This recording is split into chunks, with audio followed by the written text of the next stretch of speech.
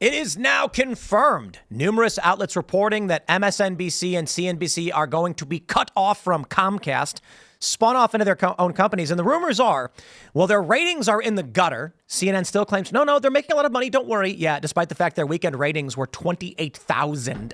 So I don't know how they're affording to pay these personalities, but carriage fees, I guess. Well, they're going to get spun off, separated from Comcast. And another rumor is that the politics of this channel are very unfavorable. My friends, not only has Jon Stewart come out and defended Trump's victory, Joe Scarborough and Michael Brzezinski of MSNBC met with him despite Joe in a viral video before the election saying there's no middle ground with this man at all, to a thunderous standing ovation. Charlemagne the God is now even supporting Donald Trump's actions to a certain degree. All of these people, they couldn't say a single word before the election, now coming out and saying, we're totally on board. And that's why the popular vote mattered so much.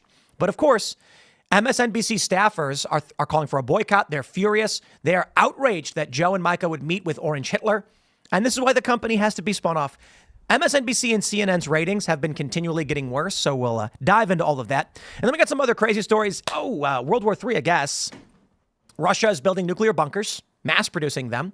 They've updated their nuclear doctrine. They've said that if a nuclear power assists a non-nuclear power in launching missiles into their territory, they will consider that an act of war.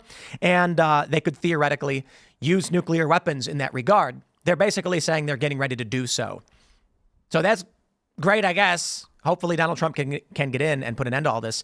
And then we got a crazy story. Nancy Mace has proposed a bathroom bill that would bar males from using female bathrooms in Congress because there is a member of Congress entering who is biologically male but identifies as a woman.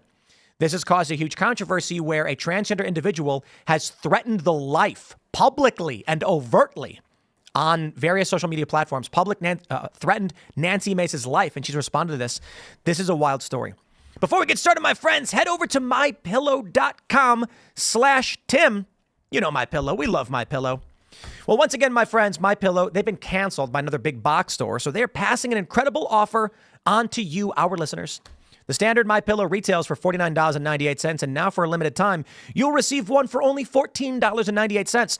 There's a limit of 10 on this offer, so do not miss out on this amazing deal while supplies last. Order now using promo code TIM, the best promo code, everyone agrees. MyPillow is made with patented adjustable fill. It adjusts your exact individual needs, regardless of your sleep position, helps keep your neck aligned, and holds its shape all night long so you get the best sleep of your life. That's not all. Get their 6-piece kitchen or bath towel sets for only $25. The brand new mattress topper as low as $69.98. Get their famous MyPillow bed sheets for as low as $25 and so much more. So go to mypillow.com/Tim. Use promo code Tim. You'll get huge discounts on all the MyPillow products, including the standard size MyPillow for $14.98. That's the lowest price ever. Don't delay. Order today. And shout out to Mike Lindell. You know, we're big fans. We appreciate his work. We've had him on the show several times. Hope to have him back soon. Don't forget also castbrew.com. Unfortunately, Ian's Graphene Dream has been sold out. We sold all of it. So we're going to be launching coffee pods, whole bean versions. It's a very popular blend. But in the meantime, pick up Stand Your Grounds. Another big favorite, a medium roast. And we do have Rise with Roberto Jr. The best part about that one, it has a picture of Roberto Jr. on it. Rest in peace. And of course, as always, go to timcast.com, click join us to join the movement, get in the Discord, talk with like-minded individuals, and you'll get access to the uncensored members only show. Not so family friendly, but always fun. And you get to call in and talk to us. So become a member today if you want to support the work that we do. But don't forget to also smash that like button. Share the show right now with everyone you know. Joining us tonight to talk about this and everything else is Hotep Jesus. Hey, thank you for following me. If you aren't following me, then follow me, hotepjesus.com. I'm here representing electiondaygames.com. We got the crowd funding website up now. This is an amazing game that teaches people how politics works in America, but it's fun, educational. And yeah, you guys should definitely check it out. electiondaygames.com. Yeah, we were looking at it amazing. You got it in front of you right now. Yeah. Pull it up so people can see. I don't know if it's in the shot or not. It is a little bit, but you can see it better. Cool. Check that out. Yeah, the box and everything. Looks cool. It's got the board. Basically, you know, you got a House and Senate. If you get the House majority or Senate majority, you get perks. And obviously, the objective of the game is to get your guy elected. I might be able to put it behind you for the show back there. You can see it. You can see it. Great. Yeah. We can make it more visible, but you can see it right now. I browsed the card collection before the show. Who are you? What do you do? Who am I and what do I do? Yeah. I don't know. I really don't know what I do. You talk. I help people.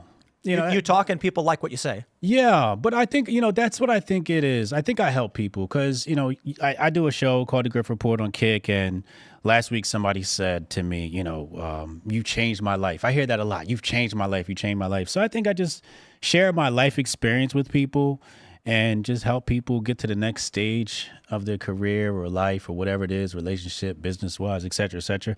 The majority of my audience is around 30 to 35 years old. Sometimes I got kids in college and stuff like that. So, my life experience, I'm 44 years old, so I share my life experience, and yeah. Well, right on. Should be fun. Thanks for hanging out. Ian's here. Yeah, I always dig hanging out with you, man.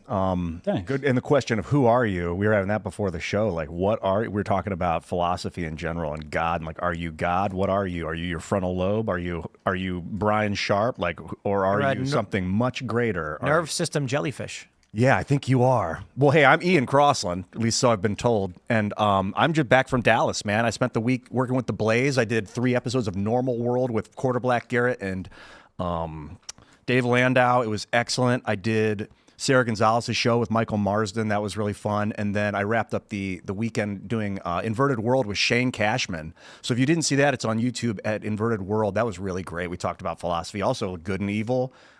Like the subjective nature of these things. Like if you destroy evil, are you doing good? Is destruction a good thing? Is creation a bad thing? Like very just esoteric, deep stuff. And Shane's always the man to talk to. He's great.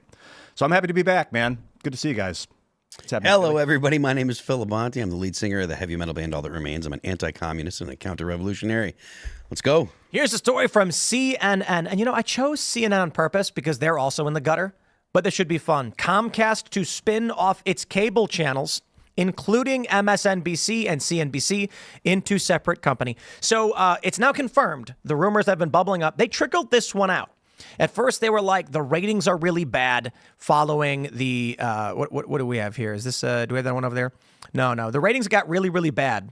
And so MSNBC's weekend ratings were like in the 20,000s in the key demo. It's a worthless channel. This is likely why Joe and Micah went to go meet with Donald Trump and beg, because they're talking to no one. But now CNN confirms it. Now, CNN, of course, wants to play defensive for them. They say Comcast is planning to spin off most of its cable television networks, including MSNBC and CNBC, in a separate publicly traded company, according to executives with knowledge of the plan. The spinoff is expected to be formally announced Wednesday.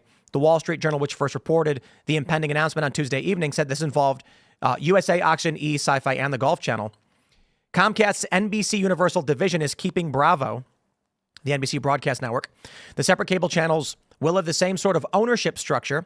They say while observers may view the spinoff as an attempt to shed cable channels that are losing value in the streaming age, the channels still contribute strong profits to Comcast's bottom line. I'm going to pause there. See, this is the game they play. This is why I wanted to use CNN. Strong profits because of carriage fees, meaning that if your channel is on a cable network that's being carried, you get a piece of all of the subscriptions for everybody who has cable. So that's guaranteed revenue over a certain period of time. The reality is the channels themselves, nobody watches. CNN, look at this this is right here. New York Post. Leftist viewers deal MSNBC and CNN a Trump slump ratings crash. And they try to go on to explain why, but regardless, they say, at MSNBC, the home of the most unhinged commentary and analysis we've ever seen in the history of television, and that's saying something, more than half its audience, 53%, is no longer tuning in compared to October. They're going to mention that Rachel Maddow dropped off 1 million viewers. They don't mention her key demo ratings, however. They say in the key demographic, the advertisers most covet, Maddow's numbers marked the smallest audience her show has seen since April 2022. It's a new era, huh? Wow. Yeah. What happened? Well, this is the question we've been asking since the election. Is this that regular people have woken up to the extent they're being lied to? I think so. I think that it was like they were part of what felt like a movement to get Kamala Harris or whoever the Democratic Party fed them elected. And then when that thing failed, they all were like, all right, the shakedown is the gig's up. We all knew it was fake anyway. We were just trying because we felt like we were supposed to. I'm out. I'm done with this crap. I think that's what a lot of those people were feeling. Let me add this for context. This is from the Post-Millennial. John Stewart says presidential election was a repudiation of liberal government he spent years propping up. An overly regulated system that is no longer responsive or delivering for the needs of the people. So you got Charlemagne the God coming out, changing his tune, saying maybe the Democrats lied to me about Trump being a fascist. You got Joe and Micah trying to meet with Donald Trump. You got Bill Maher coming out and saying, oh, these Democrats, oh boy, I can't stand them. All of these liberal personalities begging to be let into the fold, and the ratings of these channels collapsing. I'd be willing to bet Jon Stewart's ratings are in the gutter.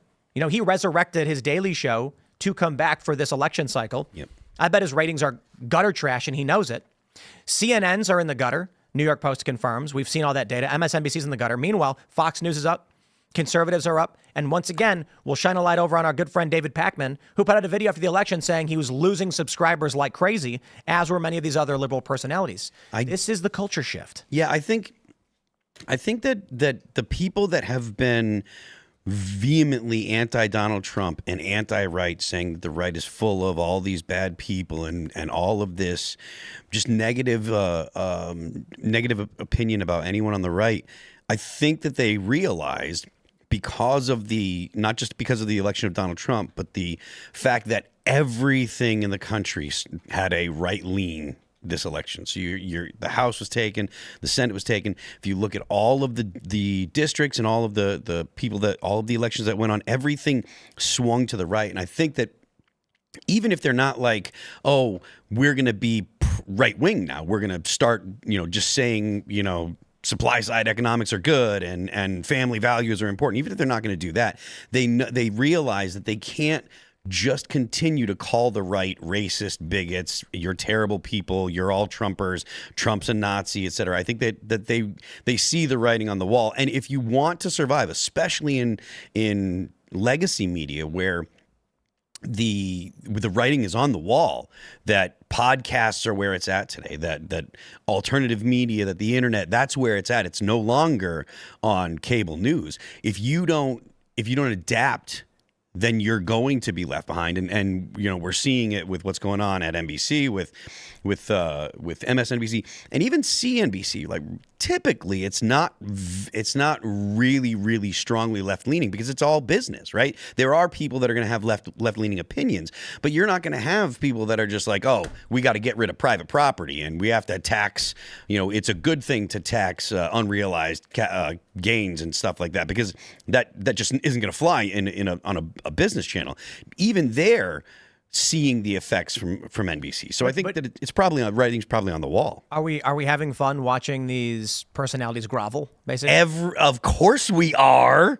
I kind of yes. No, Ian's gonna say no. Well, I kind of. It's not really fun, but it's definitely it feels good because it's like. If you ever know a bully and what they do is a scare tactic, they'll flash something on the wall and everyone will freak out, and then they do it again and again and again because they feel powerful when they get that reaction. But then eventually people are like, they're doing that same thing now, and it's annoying now. It's not even scary; it's just bright and it's annoying. Wait, Stop doing what? A bully that's using a scare tactic to get everyone's a reaction, and they're feeling good at controlling the people's reactions.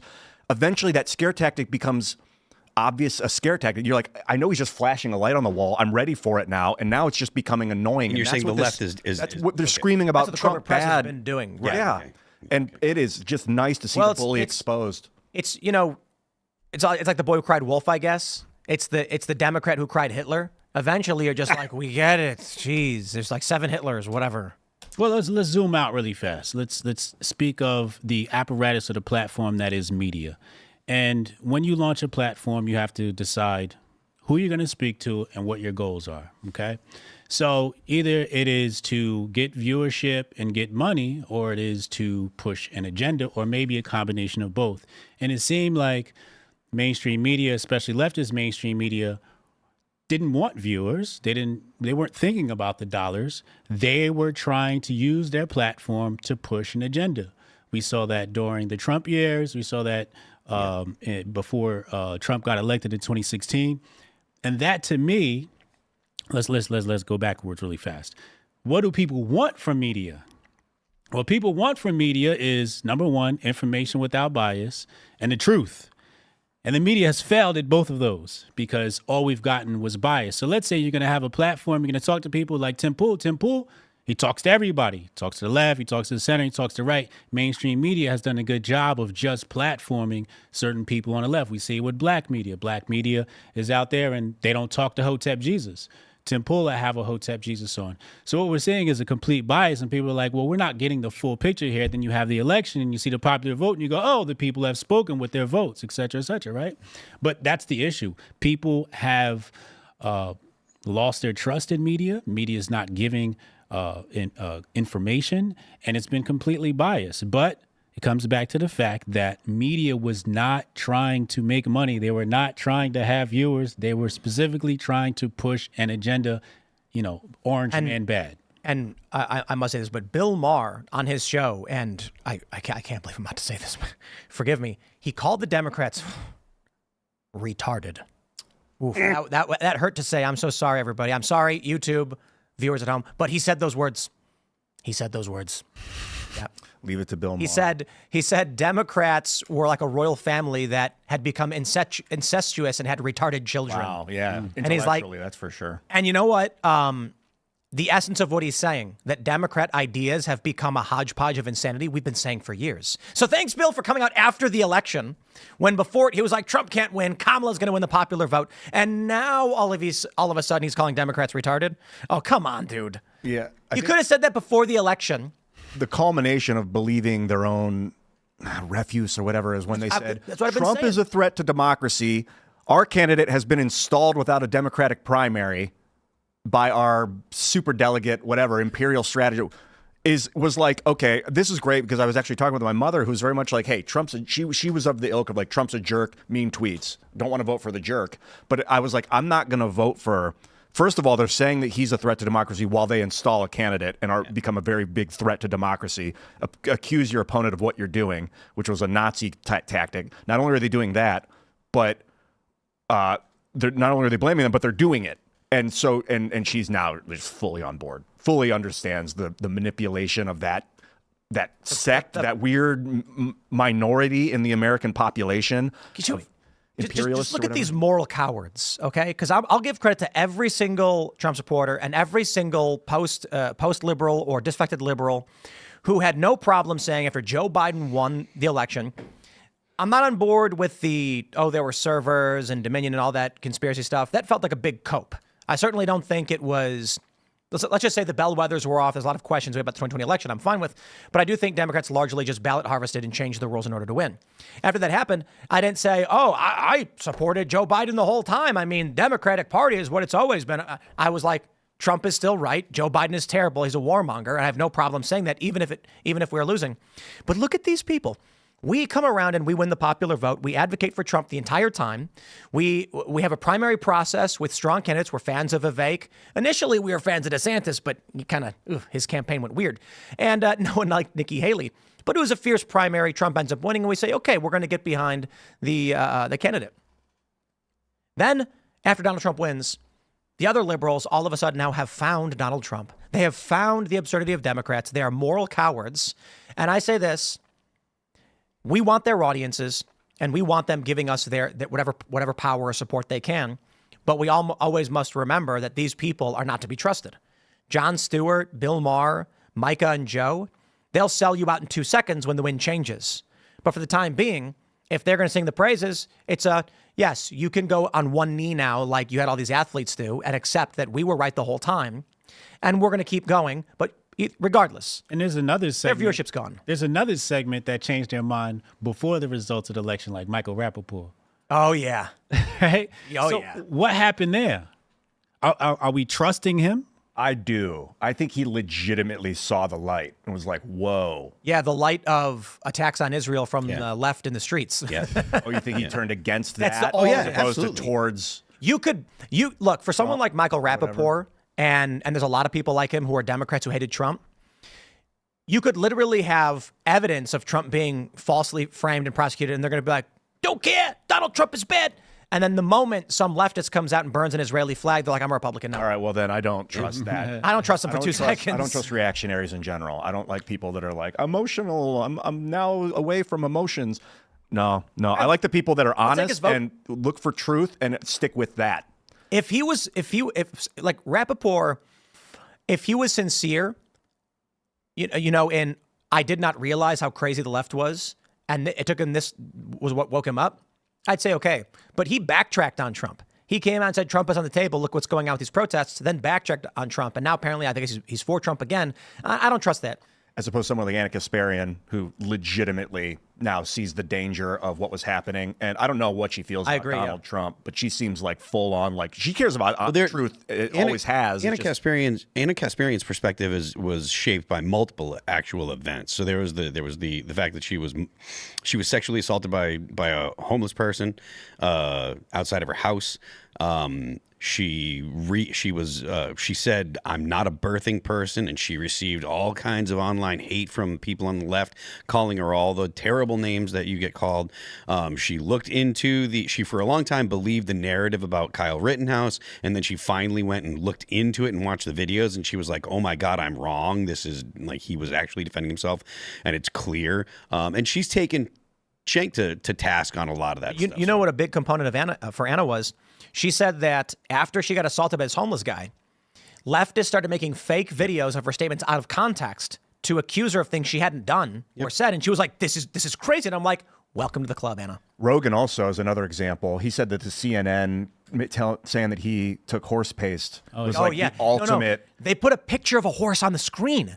So they showed ivermectin, and there was a little horse logo. And I'm like, that's crazy. And that was like that for me when they put Kamala in and they just tried to install a candidate. It was definitely like, I mean, I'm definitely for truth anyway, but seeing the deceivious nature of that organism, that imperial tentacle within the United States is. Let's jump to this. The Wizard of Oz, though. Let's jump to this. I want to jump to this video. We have a clip from Piers Morgan, uncensored. I want to set this clip up for you before we play it. I want to give a shout out to Cenk Uygur. This is an epic Cenk Uygur clip. Trust me, you guys are actually going to love this. Alan Lichtman, the guy in the middle, is the Nostradamus of politics. He is the most arrogant, elitist, credentialist person I've ever heard. I'm a professor. I'm the expert. Don't you tell me. And he predicted Kamala would win. When he gets told that the keys to the election, as he describes it, were wrong, he loses and says, no, they weren't. You gotta hear this clip. This is the cope from some Democrats is so thick, you will enjoy it. Don't blame the voters. I think, look, we could get into this discussion, but one, I think you're blaming the voters. I think that's a terrible idea. Look, I debated Professor Lichtman before. I told him his theories about the keys were absurd. I was right. He was wrong. I said he'd lose his keys. No, you were Couldn't not find right, him and before I the was election. not wrong, and that's a cheap shot, and I won't stand for it. Well, who won, brother? You should not be taking cheap shots at me. Who won? You want to make your you point, live make your in point. a total Don't make world it of personal. denial. I read your own followers' comments, and they all trashed you, every one of them, and supported me. So quiet with your personal attacks. Come find out again. Make whatever point you want. Don't Look, make it personal. You don't know anything. You don't know anything. You attacked me personally. You're so deluded. Oh, right.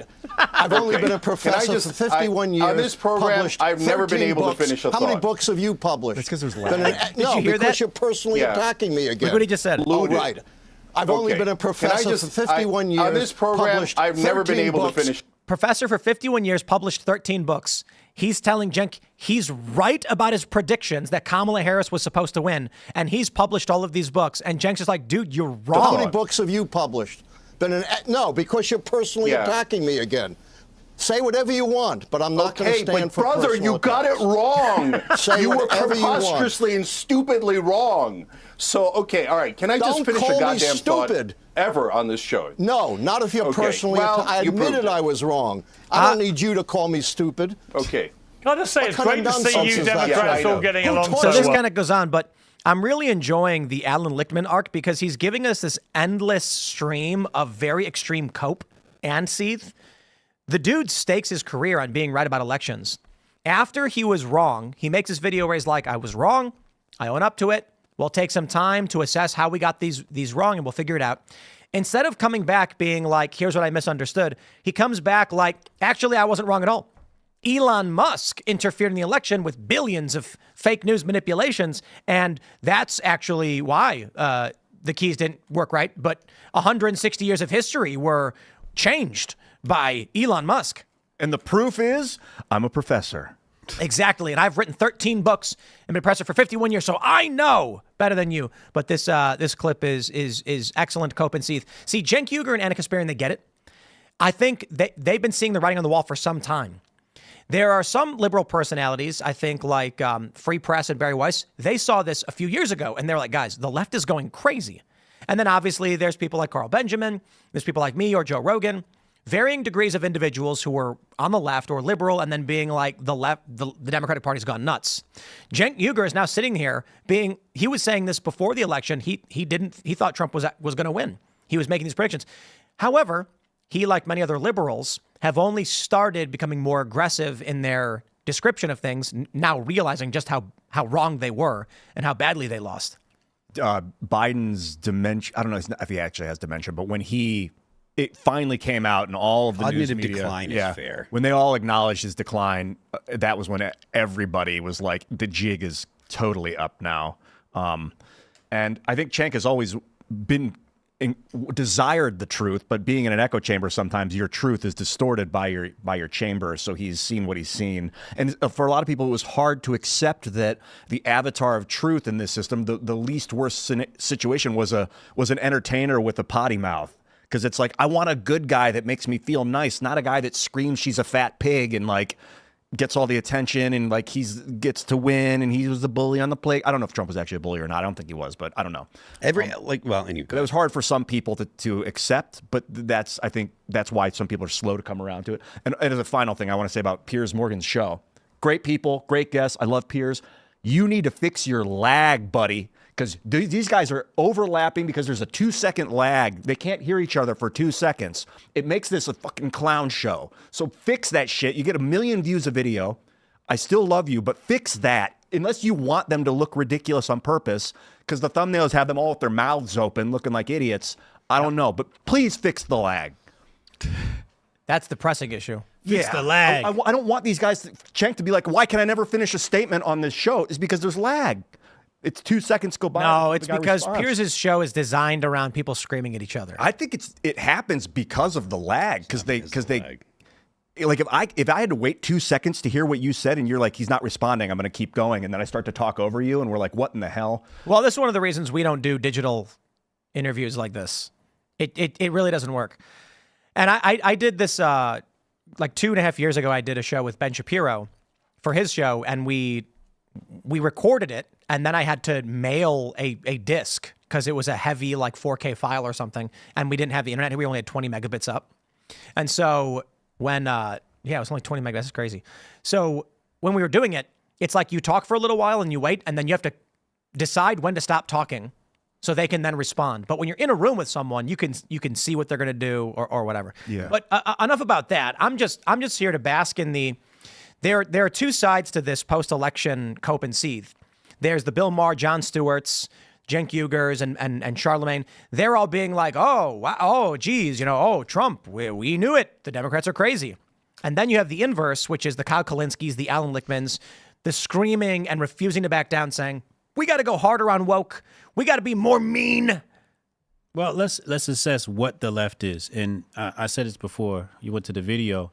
The left is the Wizard of Oz. And by that, what I mean is, the image that they project is not who they really are, right? And what they do is they rule with fear, and they can ostracize you, they can get you canceled, they can get you fired, et cetera, et cetera. But they actually don't exist. And this is something that I've noticed, is that, especially online, much of the support and much of the vitriol comes from bot farms. I don't know if you guys noticed that. Yes. Oh yeah. I always call them Kamala bots, right? And so these aren't real people. And you saw that in the election where is that large left? But the main ways they control is through professors, right? So you have grade school, high school, and then, of course, you get to university. And a lot of that indoctrination of liberal politics happens, obviously, at the university level. And even, for example, when Trump won the first time, my kids came home from school and they were all sad, and they were like 6 at the time. Like, why are you guys sad? And they were like, something Trump. And I'm like, why do you guys even know about that? So even if you don't teach that at the grade school level, the kids pick up the vibes, right? And they understand, well, Trump has to be bad, and this has to, if Trump's bad, then this must be good. But when we look at the aftermath, the bots, the media, it has created an illusion because people actually thought Kamala had a chance to win. They created an illusion to these people, and many of them are boule, intelligentsia, aristocrats, higher income individuals. These aren't your everyday people. So when we talk about Democrats and you talk about, radical leftists, that's not your average Democrat. You ask an average Democrat about how they feel about sharing bathrooms with another set of group of people, they're like, nah, that's not cool.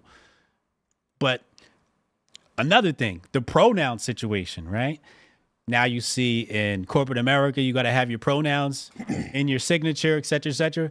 People are fearful. They're like, I think I have to do this, right? Yep. So it comes back to the Democrats rule with fear, and they're just a big Wizard of Oz. And if we can pull back the veil and say, look, this is a little man and he's harmless, I think that's when we can start to have some normalcy. That's the popular vote. Did you see AOC took her pronouns out of her bio, too? She did it about a year ago. Oh. Yeah, so people started showing her super old bio and then claiming she just took her pronouns out. Oh, okay, and then I pulled up the archives and their pronouns were removed a year ago. So, sorry to interrupt. You were saying the popular vote is the incision of... That's why it was so important. That's why I was stressing that. Because this is the reason why... Look, Hillary Clinton won the popular vote by 3 million, and that's why they went anti-Trump. They said, that's the minority, we're the majority, they won by accident. 2020 comes around, Biden gets 81 million, popular vote, wins. They say, we're the majority.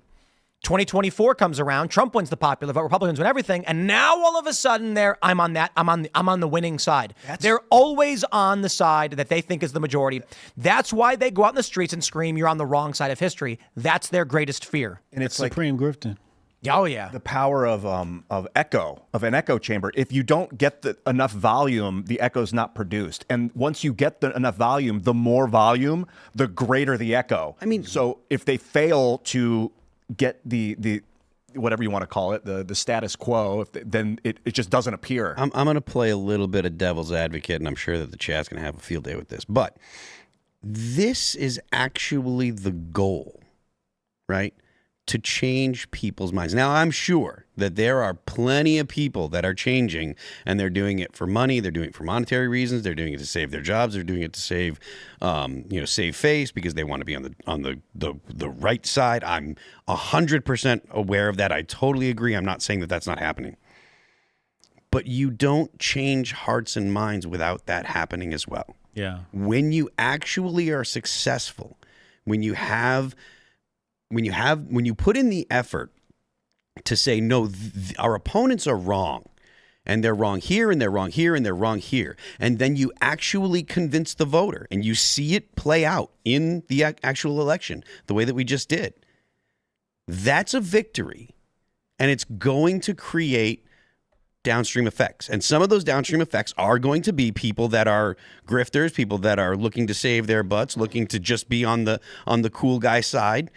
They're going to say, oh, we have to change. But this is a symptom of victory. I'm not saying we're done. I'm not one of those guys that's like, the woke is destroyed. That is absolutely not true. This is winning a battle. This is not winning a war. But it is evidence that we can win. We saw a huge culture shift directly after the results of the election. One of them was raging feminists practicing abstinence. And we're like, that's what we've been wanting, right? And then what was the other example? Another guy said, we have to arm ourselves. And then in the black community, we were saying this for a really long time. They kept grouping us with other groups of people and calling us POC, POC, POC. And you get Joyanne Reed and others saying, it's no longer POC, it's just black people. And I'm like, thank you. So Trump's already made America great again, and he's already made feminists great again, and he's made black America great again. Just from those three examples, it's like they've turned into conservatives by losing. I also think that kind of along what you were saying, Phil, with the way people are maybe not shifting allegiance, but the way people are like, now I'm supporting whatever's happening, the new popular thing. You got to be discerning about who you elevate to positions of power, either in your own life, who you're going to pay attention to, who you're going to believe when they talk. Because the people that were saying one thing 4 months ago and they're saying a different thing now, you got to question if they're worth listening to. I'll put myself in that camp. I was very blatantly on the fence. And that was, I knew immediately when I wasn't voting for Biden. And when they selected Kamala, I wasn't voting for that. But I was always saying I was going to be on the fence. I do a lot of social subversion, but you don't have to believe me either, because I wasn't in full support of, I'm always going to get behind what I believe, that's for sure. But I will, unfortunately, I will mess with you. I do that on purpose just because I feel like if you're too obvious, it's like charging a machine gun nest. But the point still stands. Be discerning about who you put your faith in. I want to jump to this next story. Before I do, I want to mention this one super chat. Scott House said, place time clocks behind guest and your head to prevent clips out of context. This is a fix from last night's conversation. I got a better idea. I'm going to make an analog random number generator. So it looks like a standard analog clock, but it will every minute just jump to random positions. So no matter what happens, anytime someone pulls up a clip of me, the clock will be changing into random ways. So it always looks like it's out of context. Anyway, let's jump to this story from the New York Times. So this is the headline they use. Trump confirms plans to use the military to assist in mass deportations. They then go on to mention building detention centers. And this is where the story gets hot. In it, they actually write, let me read it for you. One major impediment to the vast deportation operation that the Trump team has promised in his second term is that the Immigration and Customs Enforcement lacks the space to hold a significantly larger number of detainees. That has sometimes led to allowing asylum seekers into the country while they await court dates with immigration judges, a practice critics deride as catch and release. The Trump team believes that such camps could enable the government to accelerate deportations of undocumented people who fight their expulsion from the country. The idea is that more people would voluntarily accept removal instead of pursuing a long-shot effort to remain in the country if they had to stay locked up in the interim. Asked about the proposal, Sabrina Singh, a spokesman for Pentagon, declined to comment, calling it a hypothetical. But this is where the story is now being seeded. The narrative created by the New York Times is to nudge in a detention facility, then camp. Next, you will see activist outlets start reporting. New York Times says Donald Trump will build camps to round up asylum seekers. And this is the birth of their new narrative. You have seen it here first, ladies and gentlemen. So should this blossom into a big fake news hoax like they often do, you know where it came from. They use the word camp very readily. That word camp brings illusion of the Nazi concentration camps, obviously. That's the point. During COVID, we talked a lot about in Australia, they had a facility that they were like, come stay at our facility. You can't leave, by the way. They would lock people in. And so I think Tim and we were both talking about calling them camps for fun, because it's like, hey, let's like go outside the box here. But good luck getting the New York Times to start calling it a camp. Only when the narrative suits them will they use that word. Exactly. So during Obama, he built detention facilities. When they then talk to Trump's administration and say, yeah, we'll probably use these facilities, they then say camps. They're trying to set the stage for Donald Trump is going to use the military to travel around rounding up asylum seekers to put them in camps. We predicted this. Okay.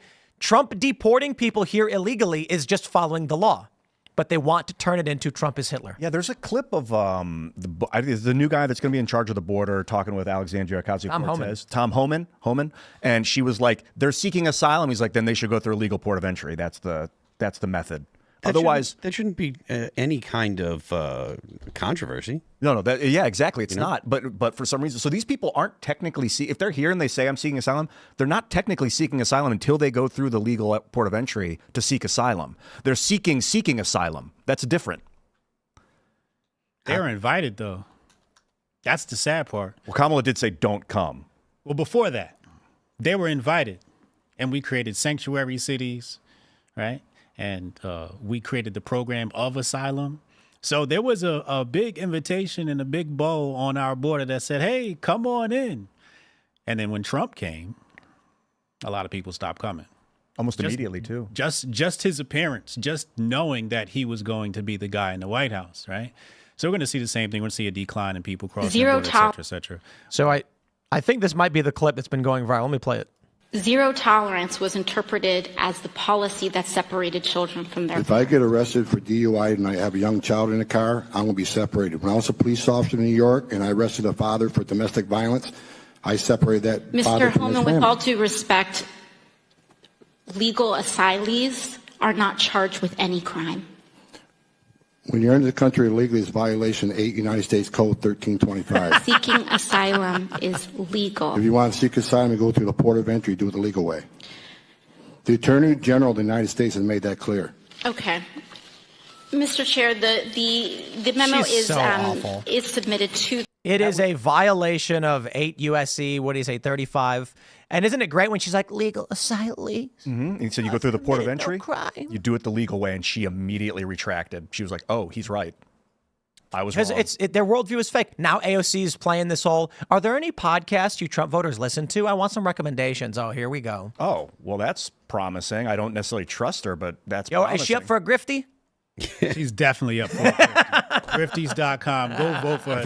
She's definitely with that move. Absolutely. If we can get her on here, you want her to come on here? Our booking is talking to AOC's people. Yeah, she's top, dude. Because she is there to represent the people. And if the people have spoken, it's her duty. She said people in her district voted for Trump and her. And she was like, how is that possible? And then she says this thing about, like, we got to go knock on doors because the internet, if you think everybody just lives in this world, you're wrong. And I'm like, look, if you solicit a subset of people in your audience, you'll find it. If I said to the audience, if you guys out there are eating celery with peanut butter and raisins on it, I want to hear from you because that's disgusting. I'm getting a bunch of messages from people who are going to say they love, what is it called, ants on a log or something? Oh, yeah. And it's disgusting. Raisins and celery. Ugh. And people are going to say, I love it, it's great. Then I can show you 10 comments and be like, look at all these people who love this. Wow, everyone loves this stuff. That's basically what she's doing. Yeah. So if she wants to go and find Trump supporting podcasts or whatever, good for her. She needs to expand her horizon and gets out of her fake news bubble. But that's been the problem with the left is they weren't listening. No, they were determined to tell people how they were supposed to think. Yeah, we couldn't have discourse, dialogue. I've been struggling to have any discourse with a leftist of any kind. Yeah, they won't do it. They won't. They just won't do it. And I think a lot of that is, it's like. What do they tell their people? It's like, if you talk to them, you're platforming. Yep. Right. And it's just like, it's speaking to these people. They don't deserve a conversation. Yes. They're so evil that you can't have a conversation. If you have a conversation, then you're supporting evil. So again, it just comes back to that whole fear thing and saying, if you talk to them, we'll cancel you. Yeah. For even talking to them. So seems like that echo chamber has been shattered, and that anyone of relevance from that community is now open to communicating across platforms. There are still segments of people that are just locked in their brains, but I don't know any of them that have any relevance socially beyond like their little Facebook group of getting 68 likes on their comment from their culted friends. Did you say that? Repeat what you times. I'm sorry. That echo chamber of like they're evil, don't platform that has been shattered now, and it's kind of hinging on us not to recreate the echo chamber subconsciously by being like, hey, wait, you're supposed to be in an echo chamber. What's that? Inhingent? Yeah, I like that word. Incumbent? All of it. Yeah, it hinges on us to not recreate subvertedly the echo chamber because there's an opening now. And what I was saying is a lot of the people that are still stuck, I see, don't have any podcasts. They don't have any relevant following that I know of. The thing about the echo chamber. Yeah, the ones that are still stuck in the echo chamber, I don't really see anybody with people like Hassan. I don't know. Hassan's like one of the biggest streamers on Twitch, like Destiny and other massive streamers. Like interesting. He's a far left guy. So a couple of dudes. He's got a huge following. The thing about the echo chamber is it was also designed digitally. Uncle Hotep showed the other day that Gabrielle Union had him blocked. And I said, I know how she had you blocked. And what they do is they have, the block list. You can upload the block list. They're doing it on that other app now. Yeah, Blue Sky. Yeah. So they actually say, you're one of us here. If you're one of us, upload this list. So you never even hear these voices. Mm-hmm. And it creates a wall between you and them, so their people can't even hear you. You don't get that type of tweets, you don't get that type of content, you get the retweets, et cetera, et cetera. So they've built a digital wall between their followers and us. powerful technology. Yeah, but it doesn't work when you're dealing with, viral streamers like, Aiden Ross, Kai Cenat, and all those guys. Those guys break those barriers. And Gen Z, like I was talking to my son, and he said, "Where you going?" I said, "I'm going to Timcast." He's like, "Oh, I know Timcast." And he's 15 years old. I'm like, "How the heck do you know Timcast?" And he thought it was cool, but it shows you Gen Z is paying attention. They're not on Twitter.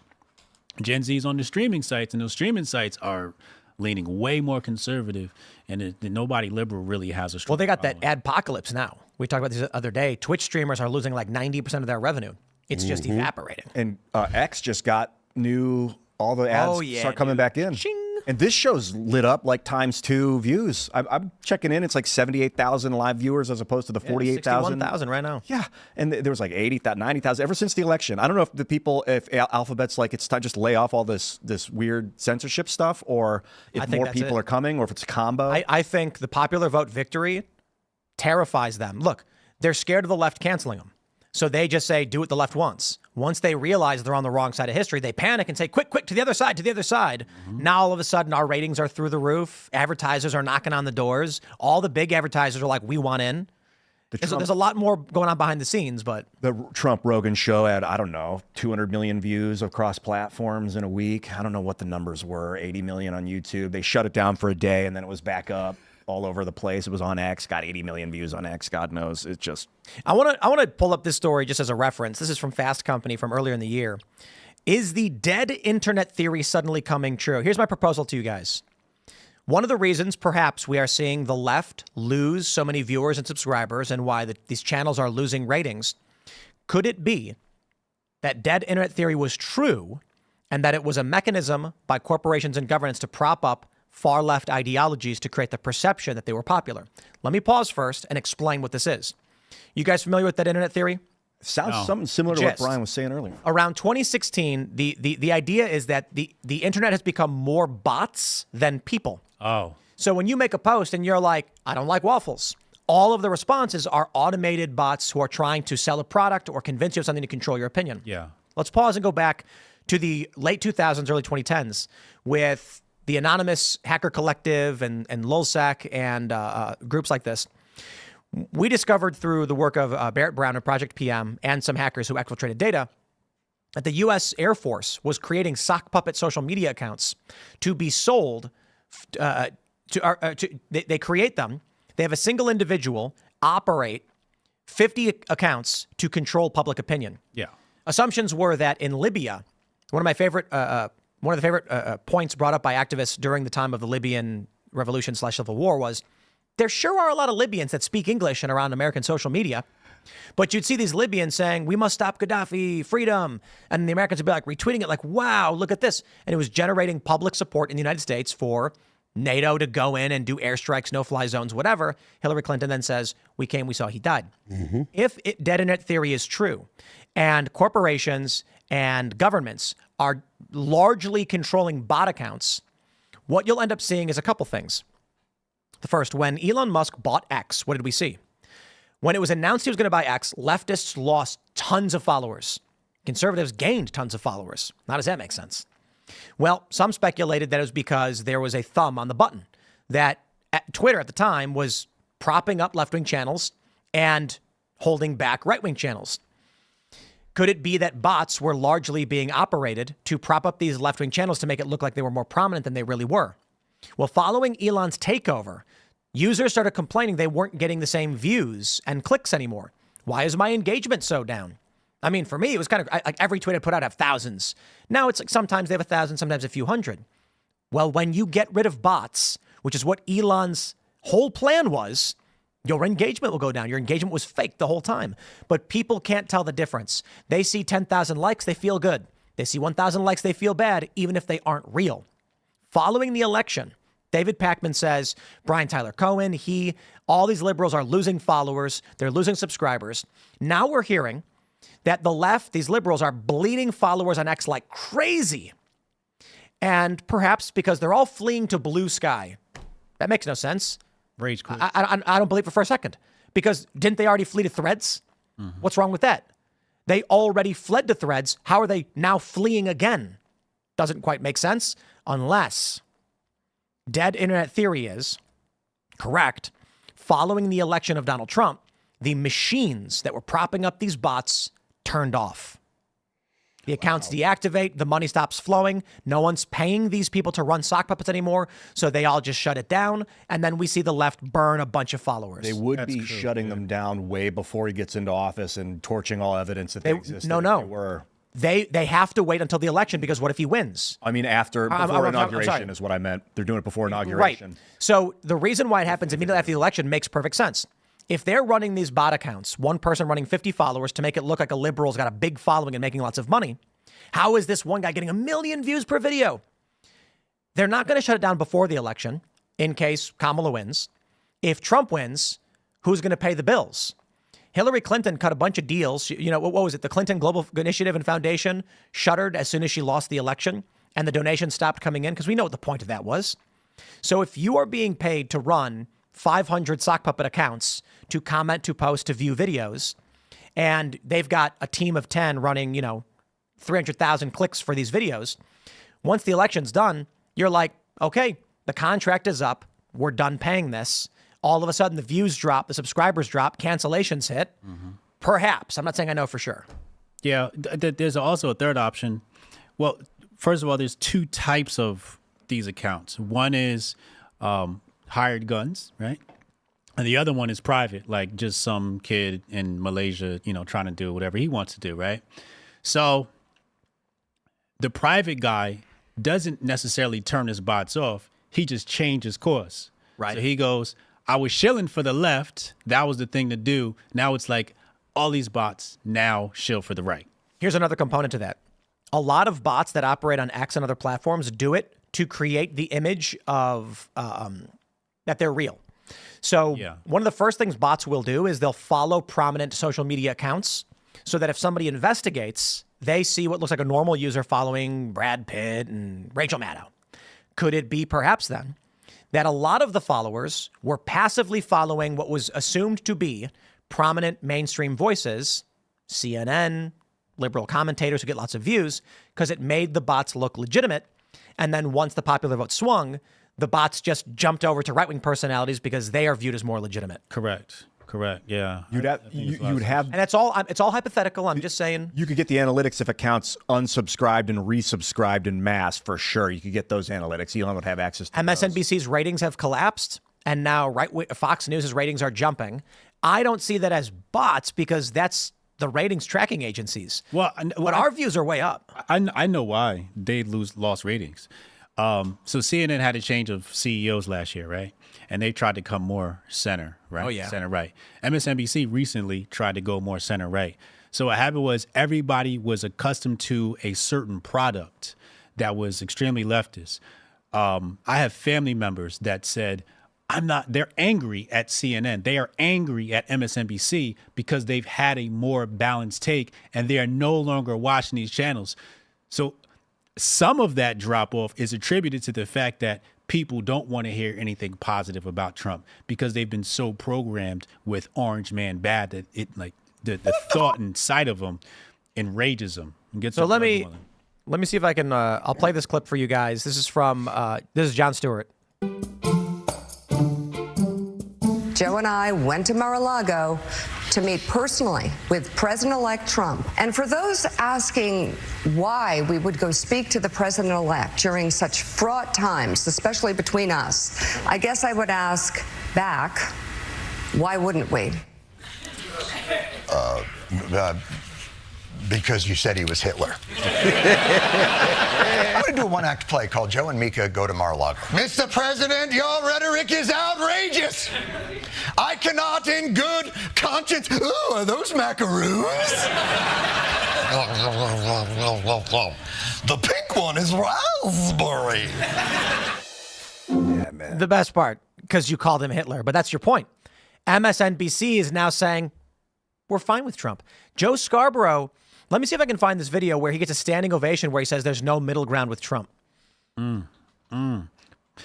Yeah, but that's it's like bait and switch, right? But it's like let's say you purchase Pepsi, right, or some drink, right, and then they change the formula.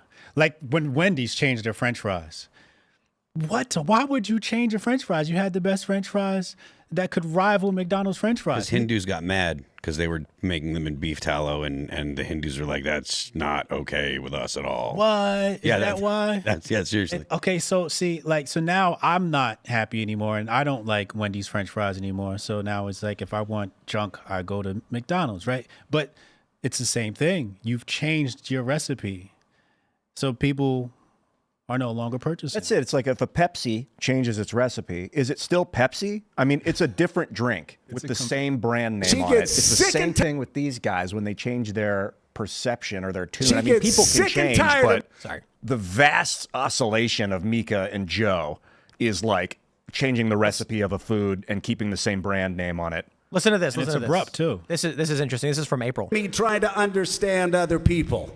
And being so pragmatic and trying to be like, I'm okay, you're okay. Now, where can we meet in the middle? La, la, la. On this question, we're past that. You can't meet. If they voted for Trump in 16, whatever. They voted for Trump in 20, they knew exactly what they were doing. If they vote for Donald Trump in 2024, and I've said it on my show, I'll say it here, they're knowingly voting for a fascist. They're voting for a racist. They're voting for somebody that wants to put this country 200 years in the back. And so I'm not trying to figure them out. I'm trying to figure out how we get people out who love democracy, who love freedom, who love the rights of all Americans, how to get them to the voting booth. Because that's how we... And he couldn't, and Trump won, and now they're bending the knee and kissing his pinky ring. I just want to point out that fascism is not 200 years old. Right. Yeah, I also want to... It was a creation of the 20th century. Particularly Mussolini. It was his style of government. He coined it. Yeah, I mean, fascism started in the like around the same time as communism. Anytime someone throws out that word from now on, and these days, I'm going to ask them to define what they mean by that. Because calling someone a fascist might have a different meaning to one guy as it does to another guy. Like corporate government collusion, like the Federal Reserve, our whole system's built on that fascist thing right now, unfortunately. It doesn't have... Right around the formation of Mussolini's fascism is when the Federal Reserve came around. Any attachment to reality, though. All it means is bad thing I don't like. When I pointed out, this was back during the election week, that David Pakman was saying, like, I'm losing all these followers and subscribers. Please don't leave. Please subscribe. We need you. We pointed out it could be bots. And I said, I don't know about paid subscribers, but Twitter followers and YouTube subscribers, definitely. And he took issue with that, saying that I suggested that the platform was creating the bots. I was like, that's not what I said. And I actually showed an article. This is from when Elon said he wanted to buy Twitter. Before he did, there was this weird moment where liberals just lost tons of followers. And they tried making the excuse that, oh, it's because liberals are fleeing. And we're like, fleeing from what? Elon's not even bought the platform. Then they said, haha, Elon, you have to buy the platform. They forced him to do it. Apparently he was trying to back out, and then they're like, nope, you signed the contract, you got to buy it. Then he did. We saw conservatives gaining tons of followers before Elon bought the platform. How does that make sense? Some said it's because conservatives are coming back. No, that I don't think that makes sense. No change had been made to the platform. I think certain people have access to the code, and somebody had access to that algorithm, because the same thing happened to me as soon as it announced. And I think they went in and they took out whatever was nefarious in that algorithm, because they were afraid that when they purchased a platform, it would get exposed. And I don't know if Elon has, gone in and looked at previous code, but I think they went in and changed the algorithm so it wouldn't get in trouble. That's what a lot of people thought, that they took their thumb off the scale because they knew they were going to get caught. Right. And so what that means is they're suppressing right-wing accounts and propping up left-wing accounts. Correct. And they're doing it because they want to push the liberal worldview, knowing it cannot compete in the marketplace of ideas. Yeah, it's impossible to say for sure, but it is such an easy tactic for a government-funded agency or corporate agency to do that, a fascist agency in that instance. If the government was outsourcing it to a corporation, that would be very fascist of them to do. It's such an easy battle tactic of the mind to create tons of fake, especially with artificial intelligence now. The advanced AI that the Navy and the military is working with, that they have access to, I could imagine you'd have a variety of communication weapons. I call them weapons because they're shaping people's minds without them knowing. You can consider that as sort of weaponization. So it is like a very, very path of least resistance assumption. I don't want to publicly make the assumption and start claiming it, obviously. We can't do that without evidence. But yeah, it seems like a damn fine possibility, and it wouldn't surprise me in the least, and I would say we should be on guard for it regardless. I want a button on YouTube where I can delete all my subscribers that haven't logged in 2 years. Or something. Correct. All my dead accounts, because they're making my algorithm look bad. Yeah. I put up a video, I got 30,000 followers, and it gets 600 views. Like, probably 10,000 of those people aren't even logging in. I don't know. Let's jump to this story. President-elect Trump's approval rating hits 54% in Harvard-Harris poll. Now, I know I don't typically use single polls. I like to use the aggregate polling, but he's not even elected yet. And so this is some of the first polling that we're getting. Trump at 54%. This is, I got to tell you, it's hilarious. He wasn't seeing this before the election. Now he's hitting 54%, and I think it's because the media has largely backed off. They realize their narrative is broken. The machine doesn't work. Advertisers are fleeing, Twitch adpocalypse, whatever you want to call it. So what do we get? We get Jon Stewart, Bill Maher, and the likes of these liberals who are now saying, oh, Trump's not so bad, and Trump's approval rating goes up. This is the reality of fair weather political, individuals in this country. You got to use it to your advantage. Even if this is being war, you conquer territory, you absorb all these generals from the enemy that you conquer, and they join your army. You take the landowners, they join your nation, but you don't entrust power to these guys right away. You don't elevate the enemy generals that are now serving you to like positions of authority right away because they might betray you. And it's the same way with these news anchors, but you do have to accept and utilize their power and their force just in the right way. At arm's length, whatever the case, embrace it. This is the spoils of war. They join you, they empower your new creation, but you do not elevate it to authority. Someone just tweeted at me, and this might actually have some substance. He said the reason Joe and Mika went to Mar-a-Lago was to apologize because Trump's suing mainstream media. And they're trying to cover their CNN ran this. butts. It was Brian Stelter who wrote they did it because they fear retribution from Trump. Well, I mean, they've been calling him. Look, man, when Donald Trump was still running in 2016, before he won the election, there was a time where someone called into, or Joe Scarborough was talking to someone, and I don't remember who it was, but they made the point that they were thinking that Joe Scarborough might be Donald Trump's vice president pick because he had been so complimentary. On Morning Joe, Donald Trump was a staple on Morning Joe. They had been friends. Joe and Trump had been friends. They constantly were talking. They constantly had Donald Trump on. After Donald Trump was elected, I heard a ton of people complaining about how the reason Donald Trump got elected was because of Morning Joe, because they gave him so much free advertising and so much time on air. But the fact of the matter is, Donald Trump will call anyone. Like, Donald Trump will no presidents do this, but Donald Trump will call into Fox and Friends and be like, yo, I want to talk. Put me on the air. That's just how Donald Trump is. Now, Joe didn't have to have him on, which is that's fair enough.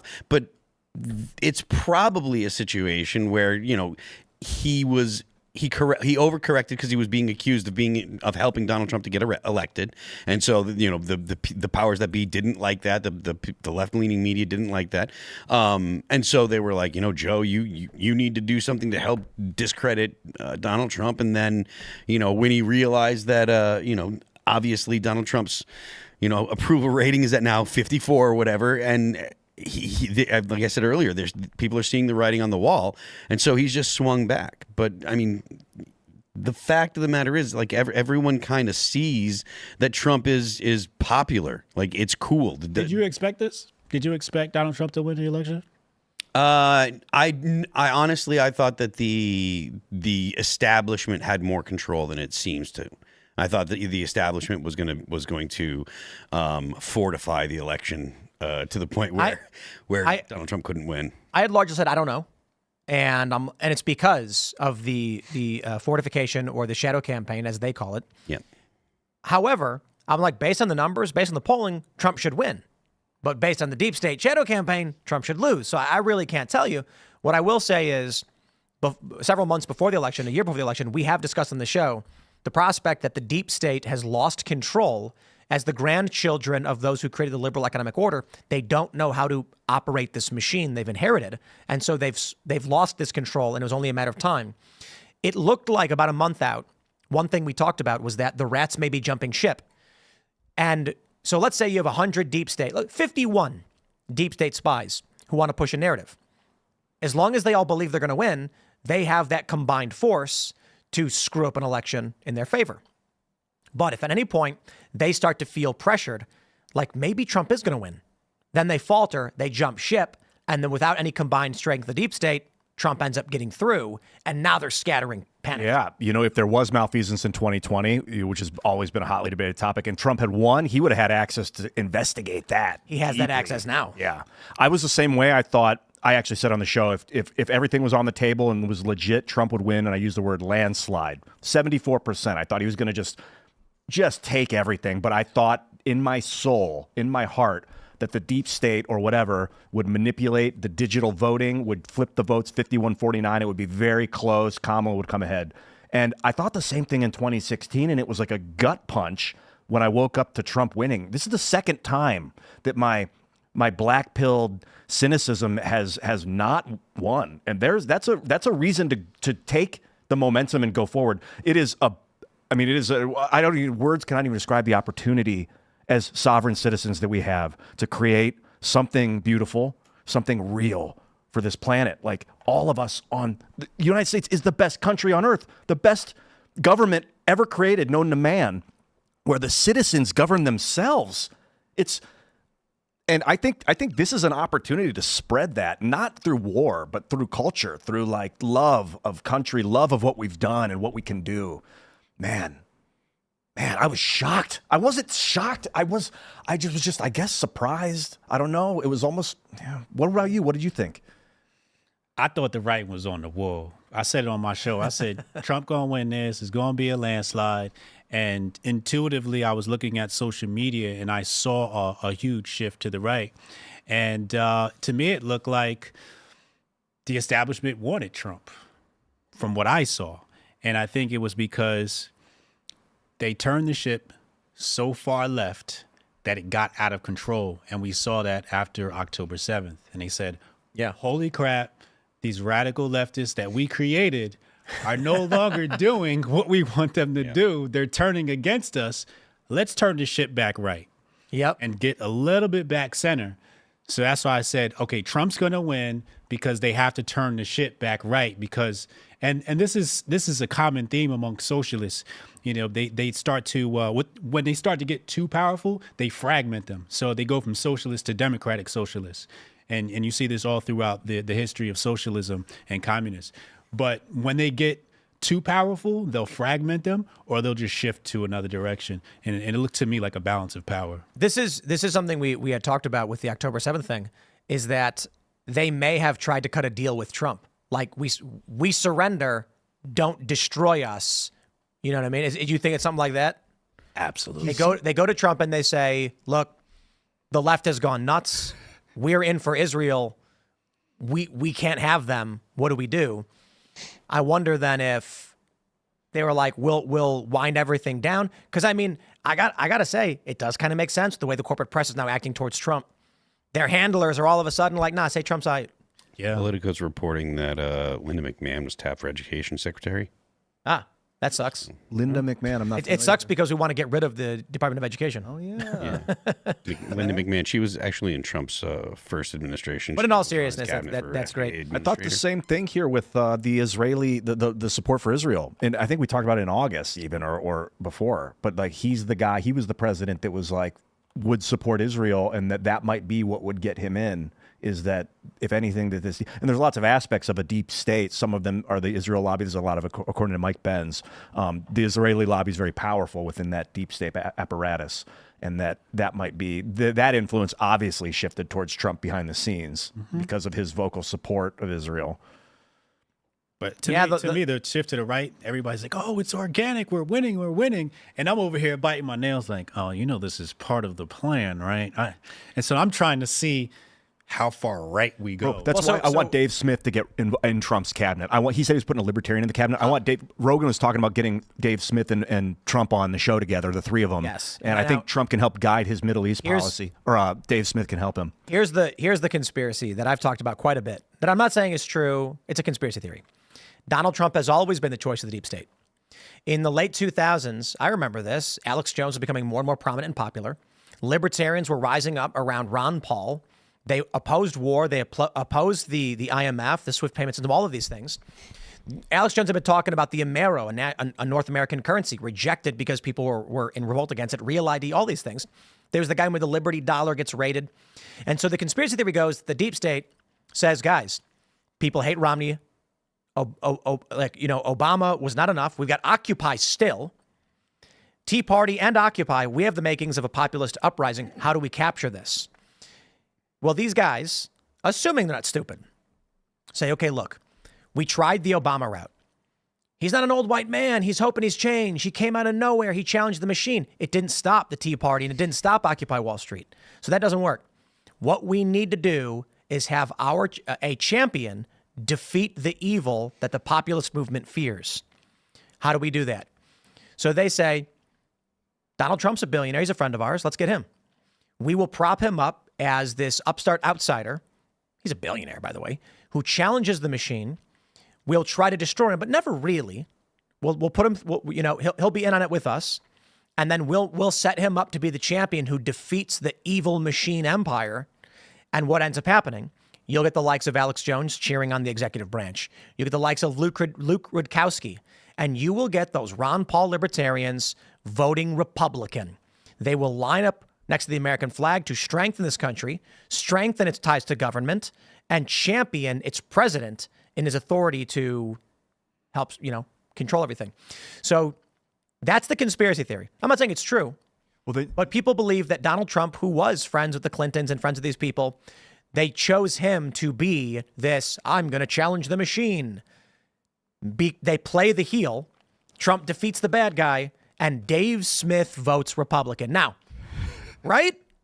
It seems like, how do you Sounds plausible to me. It's like, imagine the CIA saying, how do we get Dave Smith to vote Republican? And they're like, here's the plan. I'm not a fan of conspiracies, though, because a simple solution tends to be the correct one. The people who created the liberal economic order have long since passed.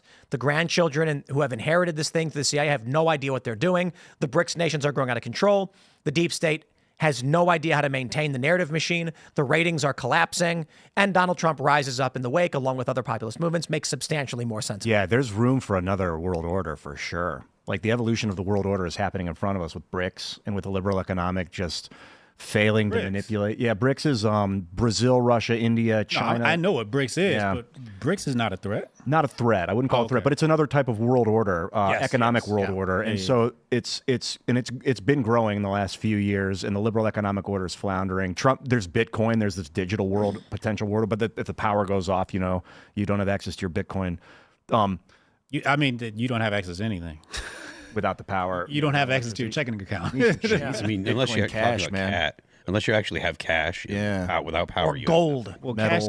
Imagine carrying around gold coins everywhere. In your pouch. With your little dagger in your pouch. Yeah. You'd probably actually have copper. Silver dimes are still out there, and you can use those. None of those things would be money. So heavy. Silver, copper, and gold? No. Bullets would be gold. Maybe. Well, bullets would be hold currency. On. Not if the power goes out. You're talking about if there's total economic collapse.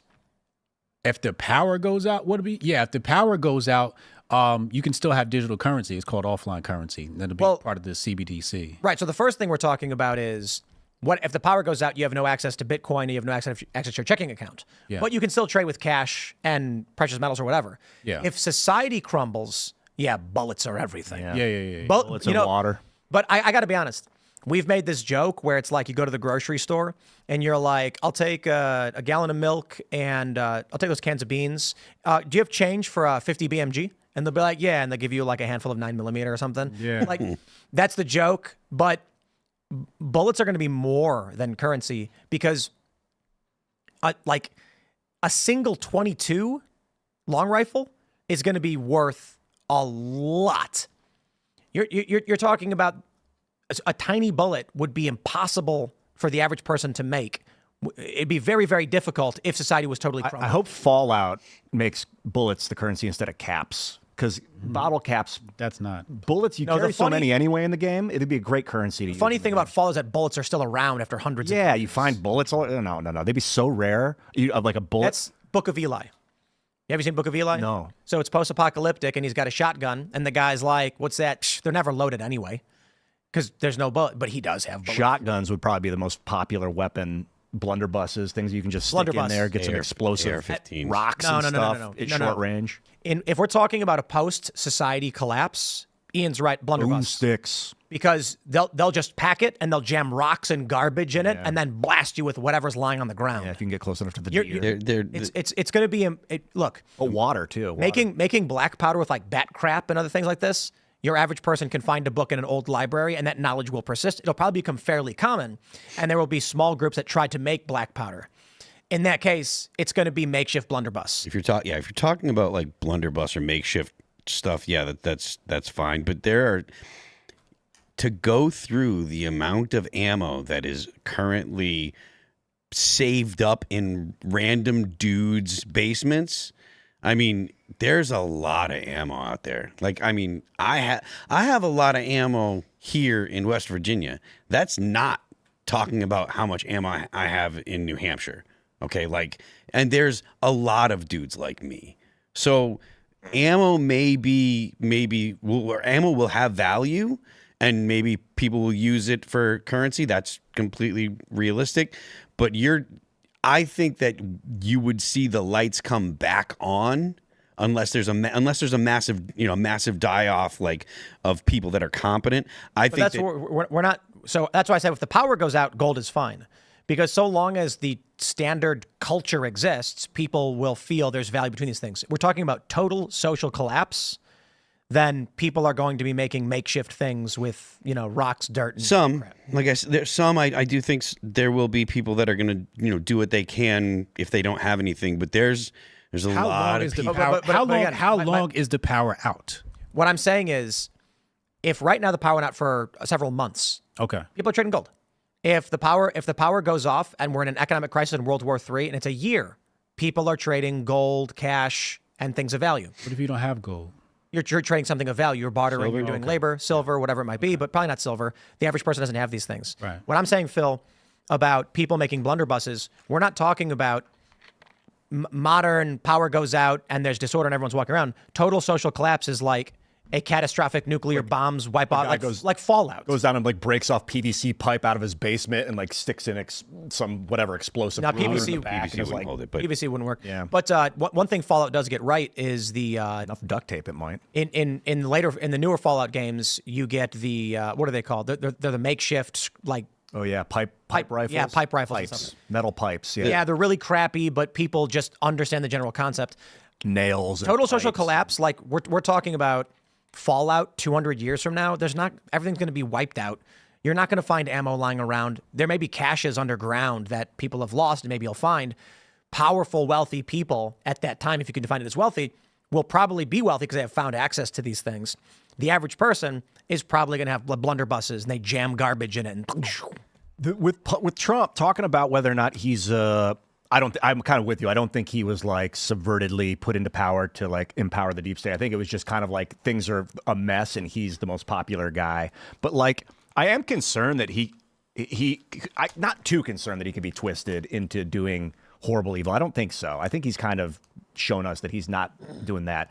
Some of the things that concern me though, the photo op with the McDonald's on the airplane. Did you guys see that? Mm-hmm. Maybe brought it up. And it's RFK. He's got RFK. He's forcing him to hold McDonald's. No, he's not. He's having a burger. McDonald's burger? RFK Jr. tweeted about how he can't wait to eat McDonald's when they bring back tallow. Yeah. He's never been like, McDonald's should be banned and no one should ever eat it. Right, but these are hoaxes. What do you? No, I don't think. But aren't those? No one forced RFK Jr. to eat a cheeseburger. Well, I think Trump was like, "Here, hold this," and he's like, "No, I doubt it." They probably said, "Hey, we got McDonald's on the plane." He was like, "Okay, great." But can you say "Make America Healthy Again" and have McDonald's? No. Yes. Absolutely. Look, you're allowed to technically, have a yeah. cheeseburger now and then. That's the thing. Like, Are you a he's hypocrite? not gonna. He's not saying to eat it every day, and I'm sure he doesn't eat it every day. But like in all things, moderation, right? Like it's okay. Not all things. Some things don't ever do. What? I Okay, mean, there's some things don't ever drink. do that. Yes, don't drink poison. Okay, fine. Yeah, don't eat uranium. Fine. I would okay, say black tar heroin. Yes. Okay. Fine. Stay away. Fine. Okay, let's just focus on like We got to give you in that one.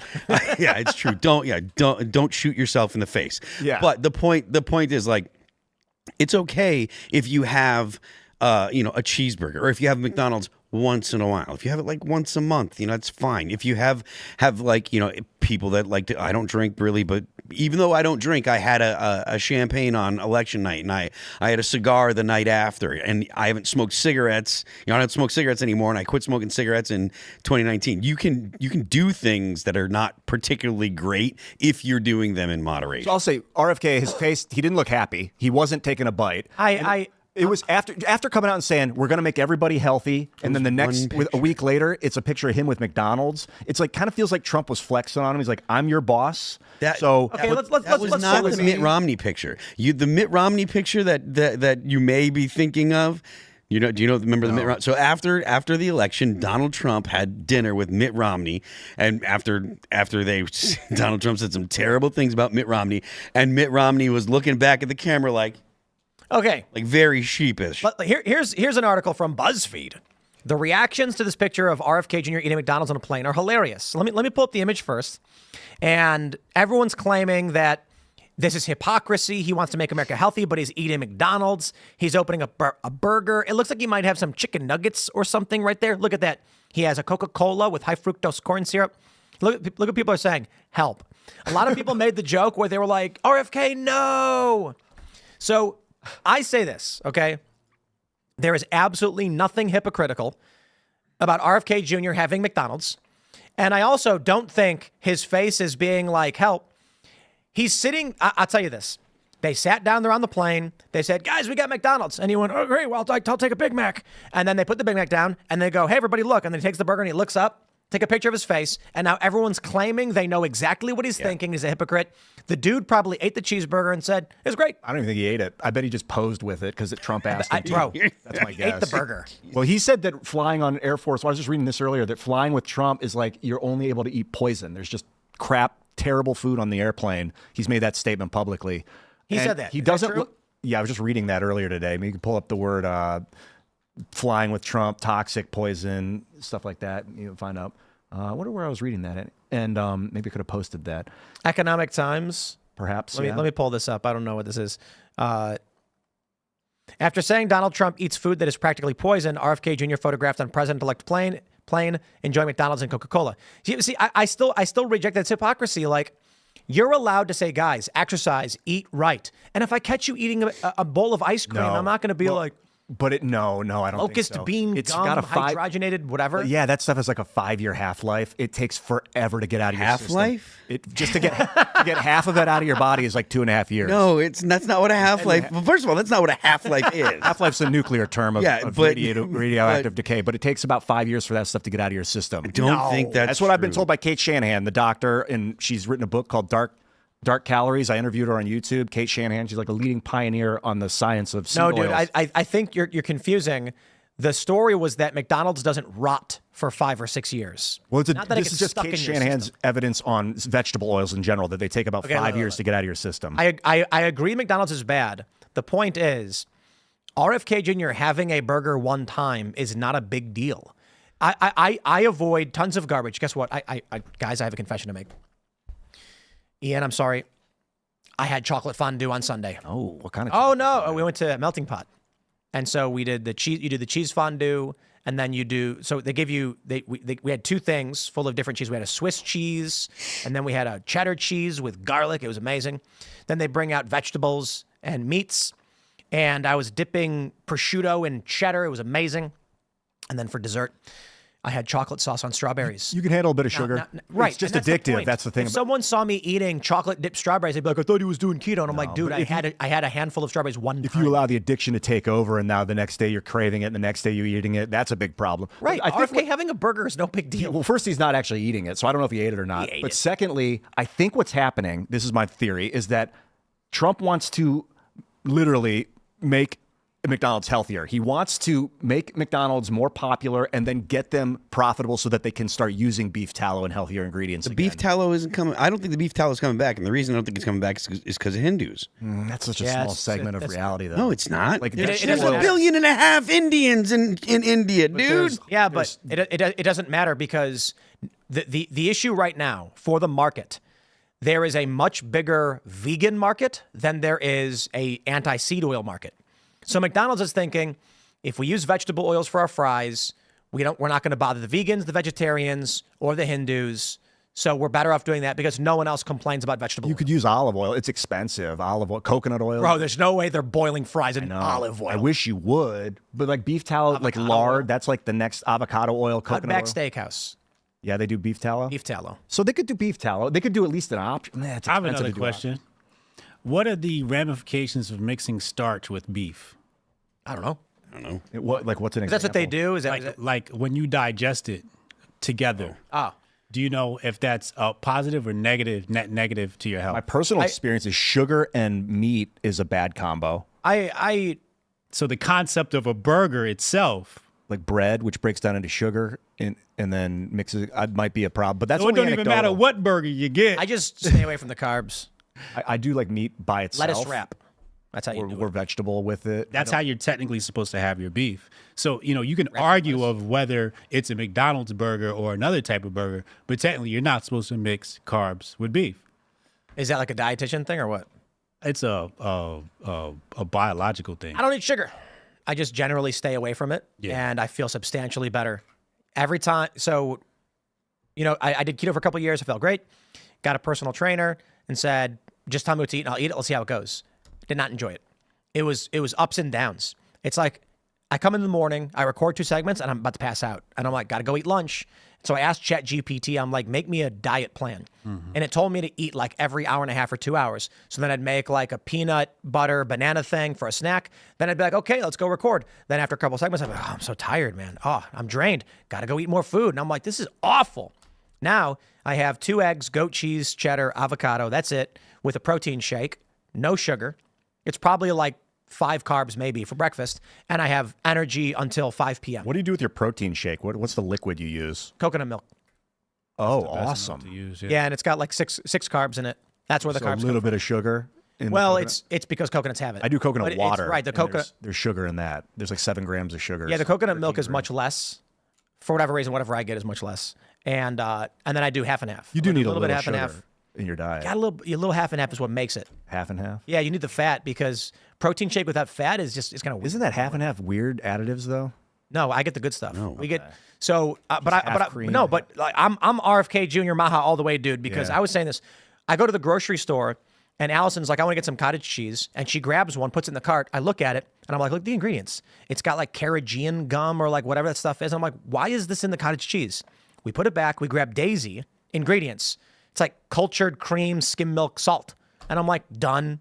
There you go, food. I heard you talking about elimination diets last night, I think it was. You were spot on. In my opinion, it's not about what you're adding, what you're putting in. It's not about the meat, like the carnivore diet. They say, I'm only doing meat. It's so great. It's about all that other stuff that's not in your diet anymore, that you've eradicated, the yellow 5 or whatever the hell. If you're RFK, how do you make America healthy again? What do you do? I'm so excited.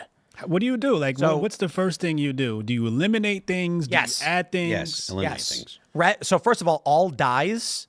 I think the first thing you can do is you can probably just ban the dyes and be like, artificial dyes and coal tar derivatives we don't put in our food.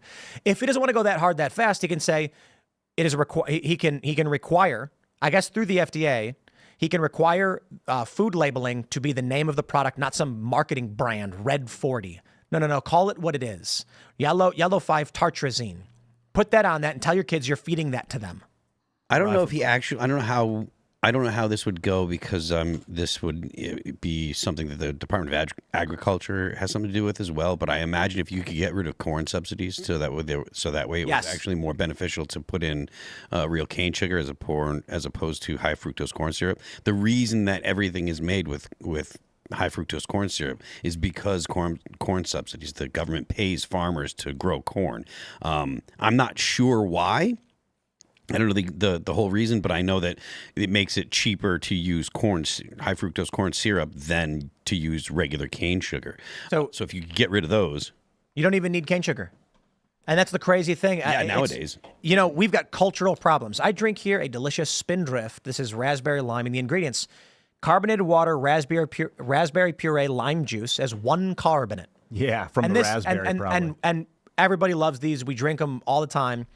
Why drink 45 carbohydrate Coca-Cola with weird acid chemical garbage in it? I just don't understand.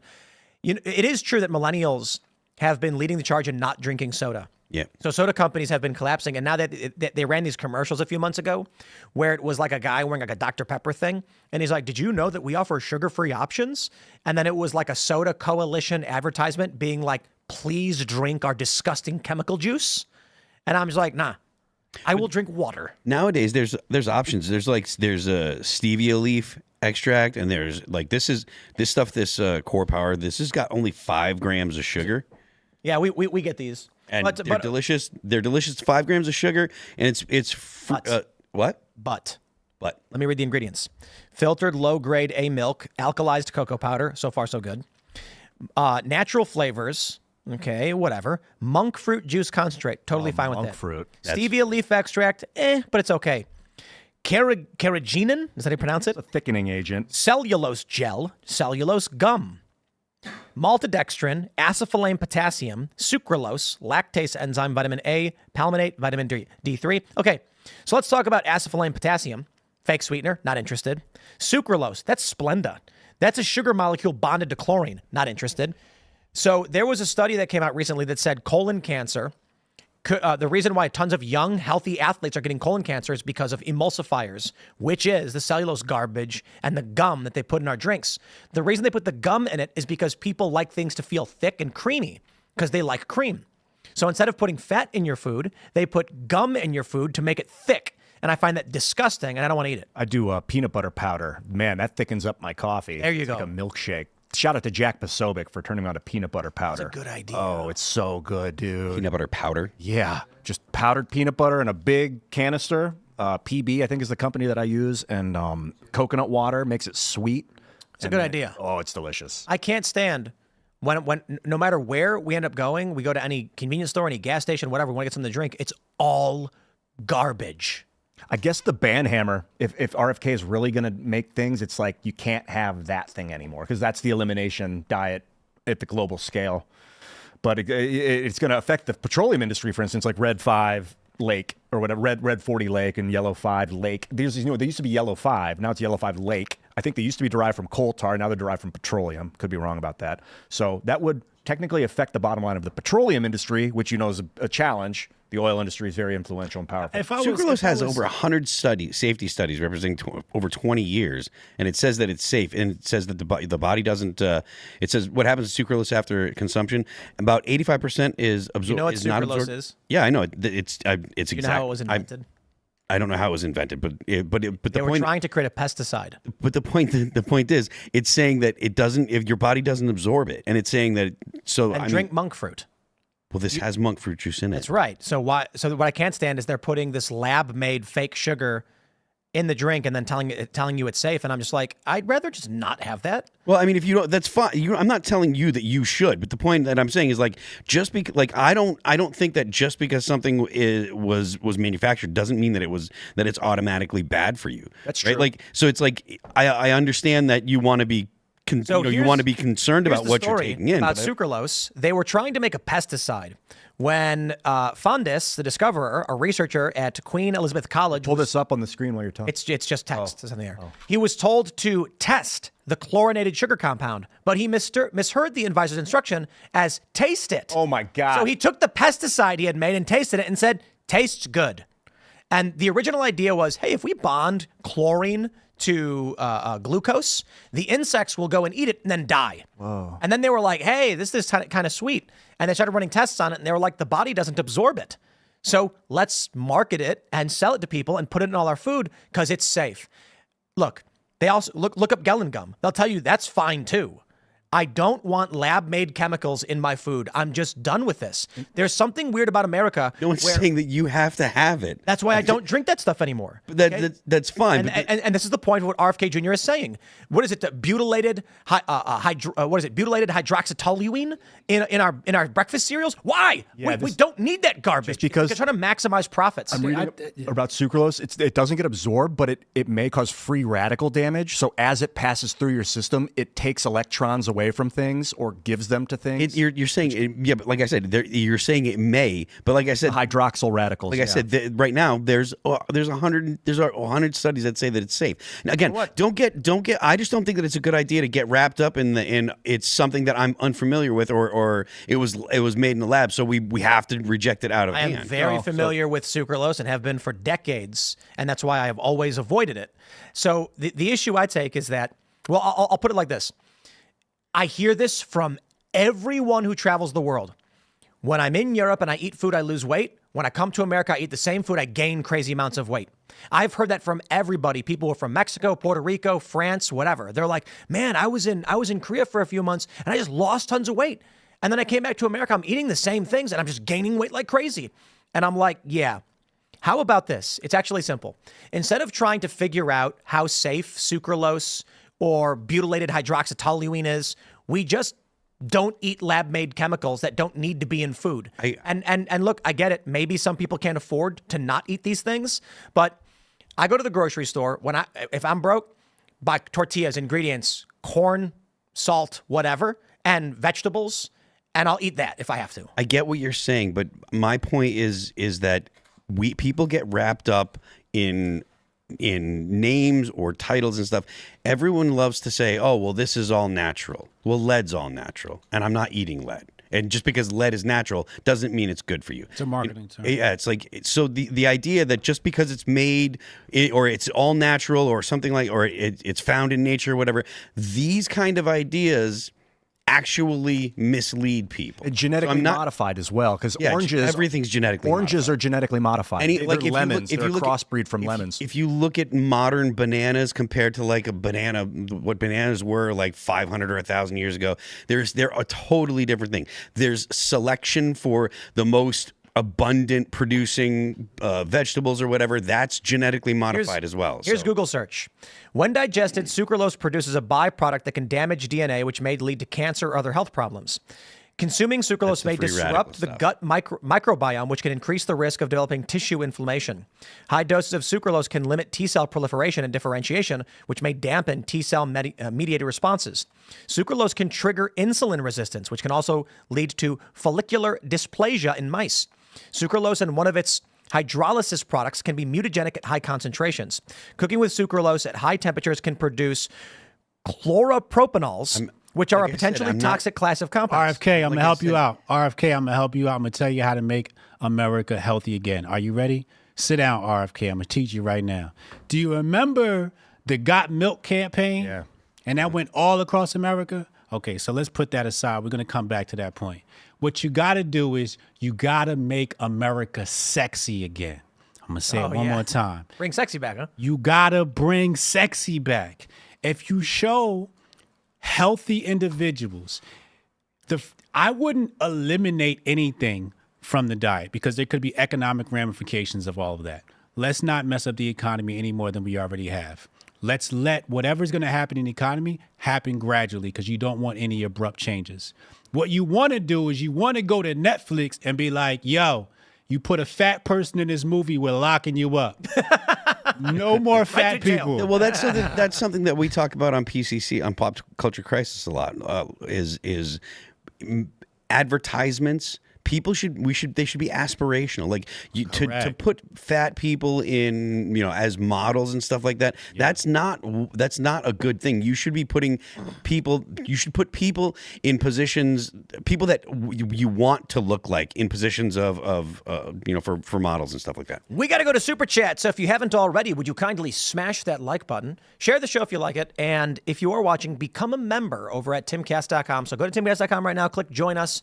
Get involved in the Discord server. There's a lot of people that hang out. We got meetups, pre-shows, after shows, but you get access to the uncensored members-only show, and it's going to be pretty brutal tonight because Nancy Mace's life was threatened, and I think, we wanted to talk about it, but considering it is so serious, I think this one's going to have to be uncensored so we can get to the nitty-gritty of, you'll hear, so we can talk about, the threats are public and online. It's crazy stuff. She's apparently reported it to the Sergeant at Arms. Hopefully there's some action taken against this person threatening to assassinate a sitting member of Congress, but we'll talk about that in the members show. For now, we'll grab your Super Chats. All right. Hal Gailey says first, indeed, you win. Scooby Dragon says second, yes. And Polly Puree with third. Wow, you guys coordinate this? All right. Jacob Parody says, hey guys, please consider supporting my niece's business on Public Square. It's called Narbar's Candles. She uses a coconut-based wax instead of paraffin or soy. Remember, Christmas is coming up. That's a good point. Christmas is coming up. We got to get gifts. James Thompson says, Tim, please tell me you saw Jenk's takedown of Alan Lichtman on Piers Morgan. Even Harry Sisson was laughing at him. I know, it was so good. Dude, if Lichtman owned up to it and was just like, I think I was fed incorrect information and I think I was wrong about this, we'd all be saying yeah, man, the fake news is terrible, isn't it? Instead, he keeps doubling down. No, I wasn't wrong. It's everyone else who's wrong. That's cringe. The deplorable Ms. Drake says, if Matt Walsh joined The View like he offered, I'd watch it every day. Just saying, there are ways they can save themselves. Gah. The View. But it would be hilarious if Matt was there. Oh, what do we got here? The deplorable Ms. Drake also says, Trump has had 999 days to think about Russia and Ukraine. I feel confident in a plan A, B, and C. Putin is probably also impatiently waiting for Trump. Hear, hear. Jason Dixon says, Tim, without your leadership, I have no interest in InfoWars or TMG. Never was part of my interest. I make companies profitable. It's my genius. Did you guys see that InfoWars, the bid from Onion was $1.75 million for InfoWars? Oh, that was a real bid? So according to NBC News, there's a company that put in a bid for $3.5 million, and they're contesting it because they claim Onion only offered $1.75, but colluded with the families. That's what their claim is. When I found out it was that low, I thought the bids were going to be way higher than that. That's mad low. That's mad low. They should be way higher than that. Yeah. You know why they're that low? Because they think they can get away with it. No, because that's what it's going to be worth after they buy it. It'll be worth it after Alex Jones is gone. It'll be worth $30,000 after Alex Jones is gone. Exactly. They're estimating the hard assets are like $2.6 million. Yeah. And so basically, according to the story, the Onion said, we'll pay $1.75 million, went to the family and said, give us a waiver and then we'll sell off all the hard assets and give you the money. And they said, okay. And apparently the judge is like, whoa, hold on. What do you mean? Like, how are you getting a waiver for cash? If there's a higher bid, there's a higher bid. Right. It doesn't make sense. Has a higher bid come out? According to this company, it's FUAC, whatever it stands for. They put in a bid of $3.5 million to buy InfoWars. Okay. And then the Onion said 1.75, but we'll give you some of the stuff. Yeah, not the highest bid, but the best bid was the quote from the judge, right? Or the guy. That's crazy. What's the name of the company? FUCK. What do you say? FUAC. Yeah. Let's go. RWBY says YouTubers Amala Ekpanobi and Candace Owens have had PIs for Diddy show up at their homes asking about possible payouts. So be safe, everyone. I saw those videos.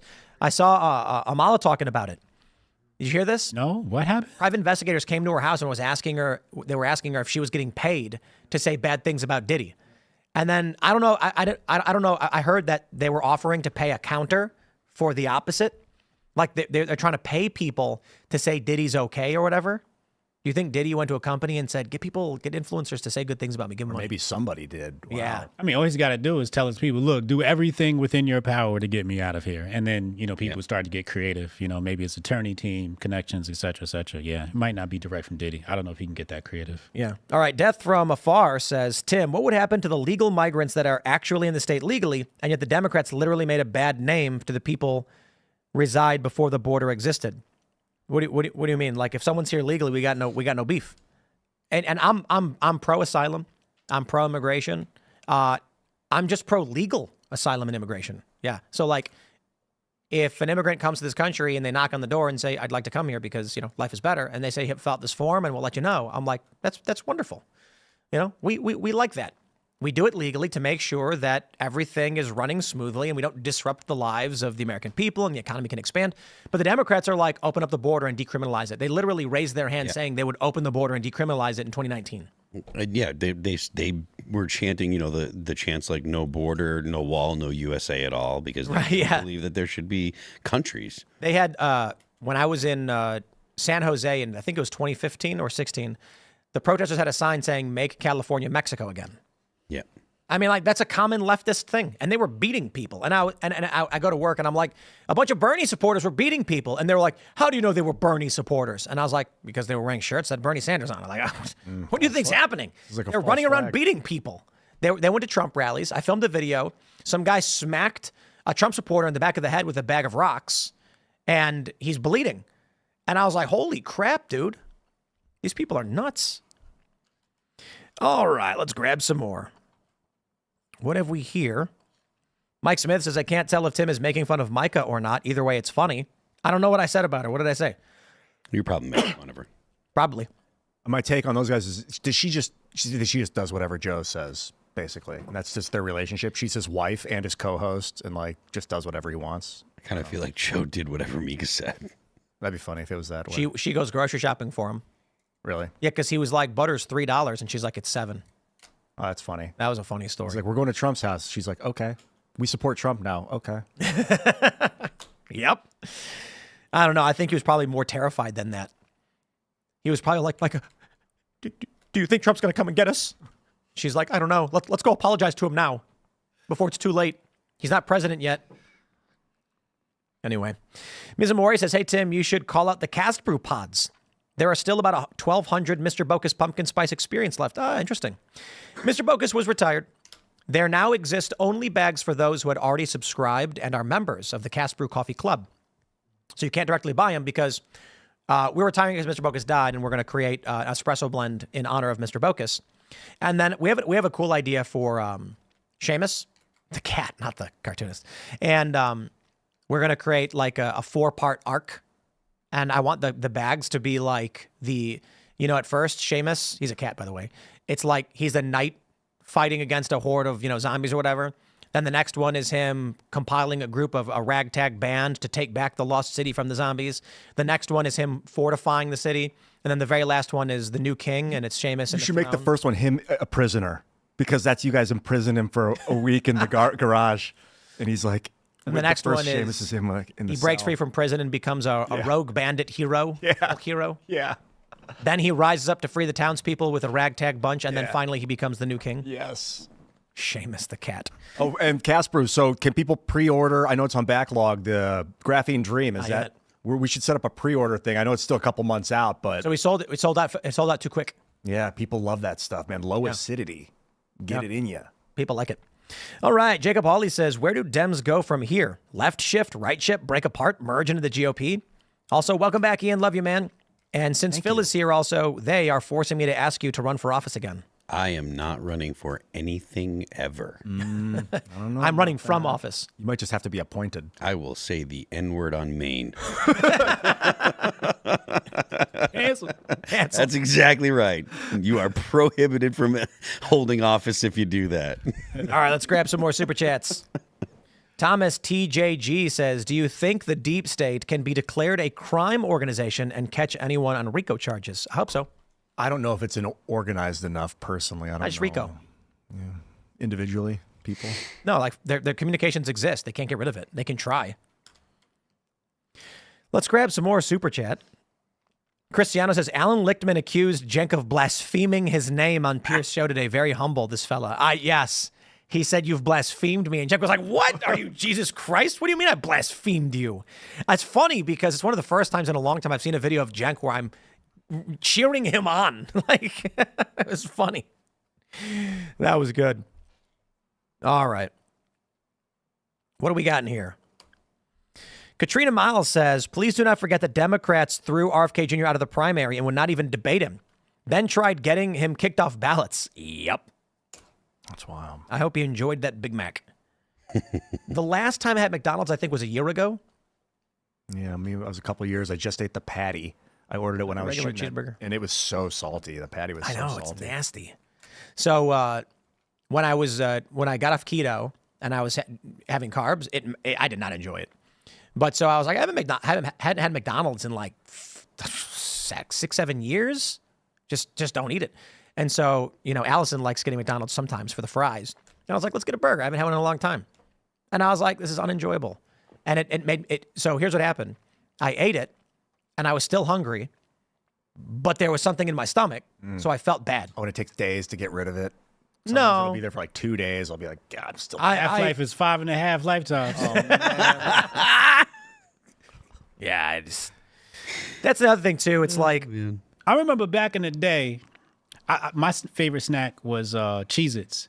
I remember back in the day, you could take a Cheez-It, put it outside, and the ants would be there in 10 seconds. If you take a Cheez-It and put it outside right now, it'll sit there all day. The ants don't even eat it. Yikes.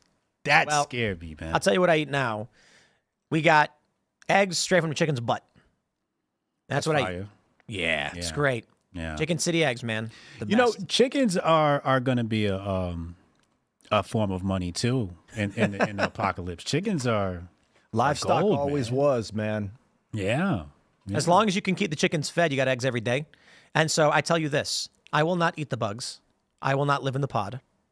But the chickens, bugs are so nutritious. The chickens will eat the bugs. And the chickens will live in the pods. And I will take the eggs from the chicken. I think that's the psyop, man. To make y'all not want to eat the bugs. The bugs are nutritious. Yeah, but I got no problem with eating bugs. I have a problem with being forced to eat bugs. Yeah, that's definitely an issue. There's a lot of people like, I won't eat bugs. I'll never do it. And I'm like, Ian and I made a cricket bread. It was gross. Yeah, it didn't really leave-in properly. It didn't rise. It was very dense. It was dense, but it's okay. bitter. Yeah, right. It was okay, but it's like a bitter bread. And you're like, well, I'm not going to eat it if I don't have to. Yeah. But look, I think any real man who wants to like go out in the woods and survive, and I'm not saying I'm a survivalist, I'm saying you got to recognize that if you're going to survive and you got to do what it takes, you're going to eat bugs. That being said, for the time being, I got chickens. And I'll do, the chickens will eat the bugs. We have probably 800,000 crickets in this building. It's insane. So we just bring the chicken in, the chicken will eat them all, lay an egg, I eat the egg. Eggs taste good. But bugs are easy to cultivate. I know, then you have chickens eat them. And yeah, I guess technically like That's true. crustaceans like lobster are bugs. They're just big, tasty, salty bugs. Yeah. Yeah, they're delicious too. Yeah. You soak your bugs in salt water, now you got a delicious brine.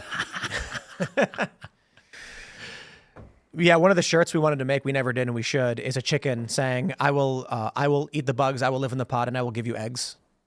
I think that heroic chicken. Yeah, that one for the team. That'll probably sell real well. All right, let's grab some more super chats. What have we here?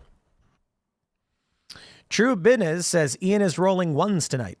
That may be true. I've rolled a lot, though. No, he says 12s. Oh, I loved your tweet the other day where you said, something about rolling a 6, but you said, no, I roll a 20. I'm like, I get that reference. I got a Chinese fortune out of a fortune cookie, and it said, oh, yeah. You never throw the dice, you'll never roll a 6. And I just crossed it off and put 20. I make my own fortune. Yeah. I do think it's funny that at one point a couple years ago, Ian says on the show, what I say is either completely wrong or really right. So it's either like rolling a 1 or a 20. And then everybody agreed. They're like, that explains Ian very like well. a perk in Fallout. I have a higher chance of criticals, but critical failure or critical success, because I'm so intense when I make points. It's either just totally wrong or just like an epiphany. Like, oh, wow. I got to be careful that I don't overdo it, because doing the critically wrong thing in a really high important situation is very bad. So I thought you rolled a 20 tonight, but that's just me. I probably got at least 1. I felt like I got 3 at least. Yeah, at least, yeah. Ryan Sargent says McDonald's existed long before obesity was a problem. Yeah, the current iteration of McDonald's ain't the same thing. It's not the same thing. Yeah, back in the day, it was like bread and meat. Now, who knows what it is? You guys are talking about like this whole beef tallow thing. And I'm like, well, have you looked into the ingredients in the bread? Oh, dude. Oh, yeah. Potassium bromate. That's the thing that's banned in Europe. That's that leavening agent that's like in yoga mats, I think. Yeah, a lot of people say that the problem is not bread, it's the stuff in the bread. Well, we ordered organic import flour from Europe, and I still got sick from eating it. So I don't eat bread. Might be more with a spray on it, too. I don't know if they spray glyphosate to desiccate the wheat. Maybe. In Europe. Maybe. Was it leavened or unleavened bread? The bread? Yeah. Well, I mean, we just got organic flour and then we made it ourselves. Because you're not supposed to have leavened bread. We didn't put anything in it. We got organic imported French flour. It was like ultra high grade, had some number on it. And then we made it ourselves with only like fresh farm ingredients. Okay. Allison made a really great like Italian bread. It tastes amazing. And then everything feels inflamed. I feel sick. I get tired, cloudy. I can't do it. No bleach in the flour? No. Nope. I want to get into sourdough at some point. You guys ever do that? Sourdough's delicious. Yeah. Ian used to make a bread every day and everyone loved it. Yeah, but then I got away from the bread man. It's very fun to make. It's easy, especially with a bread maker. You can whip it up in about 8 minutes, and a couple hours later, you got this delicious, fluffy, white, healthy, organic loaf that is like water, passes through you like water. All right. Aelgar Silverstar says, I stated in the Bible, because they believe not in the truth, I shall send them a strong delusion to believe in. To believe it or lie. They've rejected the truth, so they have to make up a fiction to accept what they think is reality. Interesting. All right, what do we got here? Grant E says, make the chemical warnings on our food look like the Surgeon General warnings on tobacco. Ted Thorin says, monk fruit extract has erythritol in it as a filler from some manufacturers, has been linked to serious health problems. Look it up. I despise erythritol. I don't eat it. Yeah, I used to. Sugar, alcohol, and it makes you sick. Yeah. Makes my, a little maybe TMI, but... Dude. Yeah, all of it for the after show. Is so disgusting. So what we did was we have an ice cream maker. It's you freeze this little like cylinder bowl, little bowl. You put it in the machine spins, and then there's like plastic that scrapes along the edge. So we've got wine berries in the Maryland property. They're not here at Freedomistan. And this is an invasive Chinese raspberry, so you can't transport anything, but they grow all over Maryland and parts of West Virginia. They're delicious. So in the summer, we took a bunch. We threw them into, we took milk and cream, because you take milk, cream, and sugar to make ice cream. And I was like, I'm not going to put sugar in it. Who cares? I'll put the berries in it. Poured it in. It turned into ice cream, and it was delicious and did not need me to dump sugar in it. And I'm just like, I wish I could go to the grocery store and they have zero sugar ice cream. Just don't eat it. Sweetened with natural fruit. Wow. Just like cherries or something. If they can do that. Yeah. What'd you put in it? Wineberry. No, what else? Other ingredients? It's milk, cream, and wineberry. Oh, milk's got sugar in it. Yeah, but it's not exactly. So it's like you got enough sugar right there. You don't need extra sugar. Yeah, exactly. And the sweetener comes with the berries. Yeah, exactly. Yeah. And so it tasted great. And I'm like, I don't need to dump extra sugar in it. No. It's not a lot of milk, but there's lactose in it. You know, it's kind of the value of fixing your diet in general. Once you get over the hump of getting sugar out of your diet, almost 90%, other things start to get sweet. Like carrots will be sweet. Yeah. And then a raspberry, a blueberry, you're like, ooh, yeah, this is what I need. Mm-hmm. Magnus Rex says, I saw a doctor speaking on, I think, Rogan, that Splenda, that's sucralose, and such changes your gut biome and actually makes you more likely to store fat. I wonder if this is it. The reason why people get fat eating American food, not other foods, is the chemicals kill your gut biome. And so then your body is not absorbing nutrients properly. It might be the free radical damage. This is what vegetable oils do. The free radical damage on the mitochondria causes the mitochondria to stop digesting fat for energy and start digesting sugar for energy out of your bloodstream. And so not only are you not digesting your fat properly, you start to crave more sugar because you're losing sugar. And that might be what's happening with sucralose. I'm going to make my own protein powder. We've been working on this for a long time. It's really hard to do because most distributors who make it, it's all Splenda. We've hit up a bunch of companies and we're like, we want to formulate our own protein powder, and like, here you go. And we're like, okay, well, we don't want that in it. And they were like, it's Splenda or sugar. And we're like, nothing. What about Naked Whey? You look into them at all? That's great. Yeah, straight up whey. There's and then no you make your flavor. own. Yeah. Right. You just mix it in and make your own. And what do I need? Some half and half, some coconut milk and some Naked Whey. And it's fine. It just tastes like you're drinking milk. But I like Jocko milk. It uses Reb M, which is like a, it's a fermented sugar. And so I'm accepting of that for now. Monk fruit extract, I think, is in it. And it's the best protein powder I've ever had. Good. Shout out to Jocko Willink for making that. It's crazy delicious. How good it is. I don't know how good it is for you. I don't know. I haven't looked in all the ingredients, but it's better than everything else I've ever bought. Man, it's good. Yeah. Like 4 different kinds of it, too. I know. It's all good. It's great. Look, like It is. I can't even describe. It's like drinking a milkshake. But because it's all the ingredients, I just go naked way for the most part, and just cause I should look into the Jocko stuff because I have bags of it at the house. But no, you were right. You were spot on with the microbiome. It has a lot to do with it. You know, like we have our own nootropics company, menofwater.com, and in flow, that's what we're dealing with is the microbiome in your gut and having good gut health is part of helping you create focus in your mind and brain health. Because, you know, the gut is the second brain. So once you have like poor gut health, everything starts going. What's the company called?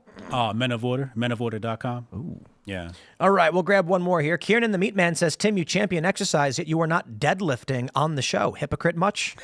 Yes. On the show. Indeed. It'd be funny if it just came to you and you were. Yep. I did deadlifts today. Oh, solid. What are you deadlifting now? I'm not. No. I don't go for big weights. I did like 200 pounds, something like that. So. Oh, just nothing light. You know, just 200 pounds. All right, everybody. If you haven't already, would you kindly smash that like button and share the show? Also, head over to timcast.com and click join us to become a member and support our work directly. And as a member, you can watch the uncensored show Monday through Thursday, 10 p.m. You as members can submit questions, call in. And you know, most shows, most podcasts, they do, you know, one bonus a week or a month. We do 4 just for you. So become a member today to support us and keep the lights on for us. You can follow me on Instagram and X at Timcast. Hotep Jesus, do you want to shout anything out? Yes, please. Politics is a dirty game, but now you can play it. ElectionDayGames.com. ElectionDayGames.com. Thank you very much for having me, Tim. I just need one favor from you, Tim. I need you to stop broadcasting on Thursday so I can get some more viewers at 8 p.m. What's your show at Thursday at 8 p.m.? What is 8 p.m. Hotep's been told you, me and Uncle Hotep, man. Ooh. Nice, fun time. Always a pleasure, my man. Always. And I'm Ian Crossland. Follow me. Check out my stuff I did with the Blaze last week at Normal World on YouTube. I did Sarah Gonzalez's show on Friday. That was Tuesday, Wednesday, Thursday. I think it was Normal World, Wednesday, Thursday, Friday. Also, Shane Cashman, Inverted World, last Sunday. Great episode with Shane. He's the man. Shout out. And follow me at Ian Crossland. Shane. Yeah, Shane Cashman, dude. Moneymaker. What's up, Philly? I am on Twix. I am Phil That Remains. You can subscribe to me there. You can follow me on Instagram at Phil That Remains Official. The band is All That Remains. You can check out our new videos. We have 4 new videos that we released this year. One for Forever Cold, a song called Let You Go, No Tomorrow, and Divine. You can find all of our stuff on YouTube, Amazon Music, Apple Music, Spotify, Pandora, and Deezer. And do not forget, the left lane is for crime. Do not go 55 in the left lane. That is for speeding. All right, everybody. We will see you all over at timcast.com in about a minute. Thanks for hanging out.